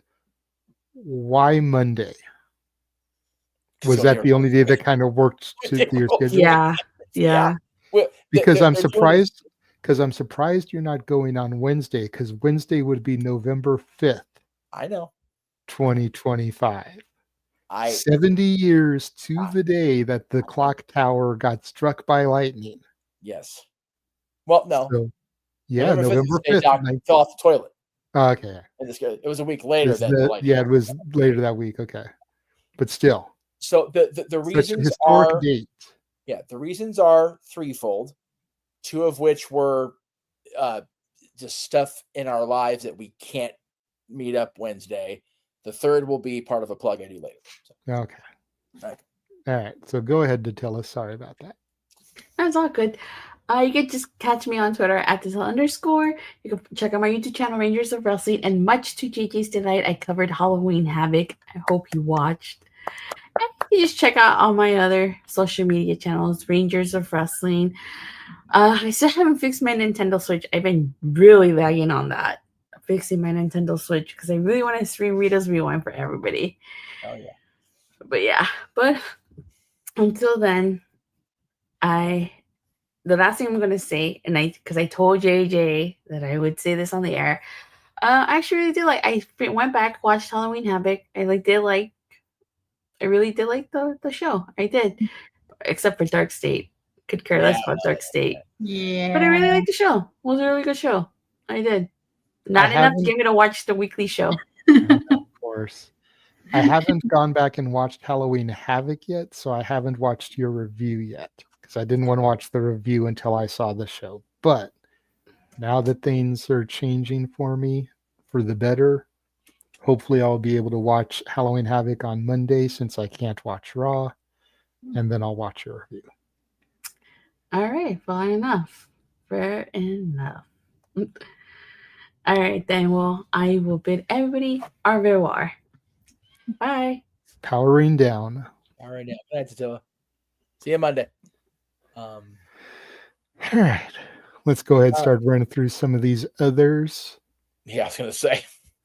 Follow Walter on YouTube at Rage of Wrestling, Instagram Walter.Cruz.940, X and Blue Sky. Is Blue Sky still a thing? At Walter Alex Cruz. Right. The original, the only Big G. That's right. Original Big G1 on X, YouTube, and TikTok, and on Instagram, Original Big G 1988. You've seen them in the chat room. Follow the Dominguez EDM7324 on Insta, ADM73244 for Arlene on X, and Arlene Dominguez on Instagram. He was not here today, but still follow the Simple Man. Give him some love at nfoster1916 on X and YouTube. That will bring us to you, Ash. Yeah, you can follow me on X, the app formerly known as Twitter, at ShadowBadAsh. You can catch me in the spaces, and also subscribe to my YouTube channel at Batty for Wrestling. Don't be a dickhead.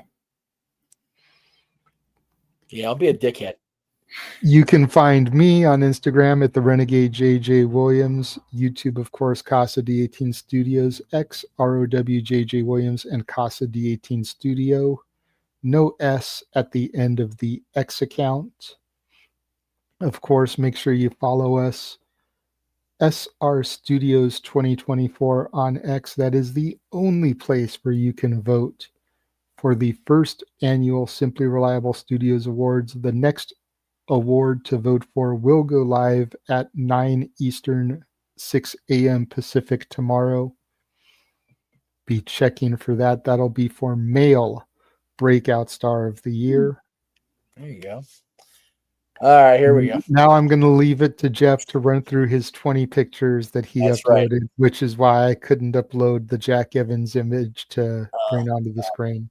Sorry. All right. It was decided earlier in the week, but officially 1 year from today, Sam and me just returning to town, I should say. So look out for that next year. Again, I want to thank everybody that helped me put this crazy costume together for yesterday. And now I've got a go-to Paul Bearer costume for all time. Love you, Purse. Miss you. Miss the shit out of you, if I'm being real. The next time you will see me on the air is Tuesday night for the No DQ review, because I finally get to go back on. I haven't been on in a few weeks, so I'm looking forward to that. But Wednesday night is the return of the Greg Cherry Show. It all begins again, episode 240, and it's Greg's birthday. So you'll see a couple of shout outs from people that I've had the opportunity to encounter, and Maddie's got plans too. I don't know what he's got planned on his side, but it's gonna be a fun day for Greg, and that is the official restart for the Greg Cherry brand. So Greg Cherry will be on every week going forward from there. That'll be awesome. Let's see what we got here. Of course, check out my buddy Ariel's album. It's out now. Scan the QR code now. She's actually in Thailand right now. She'll be back next week. Her first ever solo tour. She was in Osaka and Tokyo and Thailand. She has a great cover out on Spotify and all the musics of the classic song Somebody's Watching Me. It was her Halloween release. God damn, it's good. She did such a good job on that. I will send you both the link. You can spread that news. It's beautiful. I love the shit out of it. And you can catch her when she comes back if you're in the area in November on the 15th and the 29th from 2 p.m. to 5 p.m. and on the 23rd from 1 p.m. to 4 p.m. But I highly encourage you to check out her appearances on the 29th as you watch the pre-show for Survivor Series, because I and my son, along with Datilla and the Dominguez, will be at Petco Park or in the area all day Saturday. And we'll be going on the air at 2 p.m. Pacific, 5 p.m. Eastern, across my channel, across the Greg Cherry brand, and across Simply Reliable Studios. And we'll be throwing to the Topanga Mall at the bottom of it, at the about 20 till the hour throughout that pre-show, because we're going to be covering all the matches and previewing everything, and then we're going to throw to Ariel for music. And until then, you can find me on X and Instagram _ Jeff Meacham, at Facebook at Jeff Meacham, and beginning January 5th for the full relaunch of my YouTube channel on January 5th at Jeff Meacham there as well. And I'd like to thank Venice.ai for my awesome animated images, putting me into Mickey's world instead of him coming into mine. It's a beautiful thing. I'm loving new technology as it develops, because I am bored off my fucking gourd here when I'm not at Disneyland. So it's awesome. Anyway, that's it for me. And that's going to do it for all of us here at the Simply Reliable Studios for another episode of the Saturday Shenanigans. Want to thank everybody that was here. I even want to thank everybody that wasn't here, because we understand the reasons why you guys weren't here, why you dipped early. Nick, my brother, Go buy you some Kleenex. Right. Cry it out. We love you. There's always next year. And next weekend for his birthday. Yes. So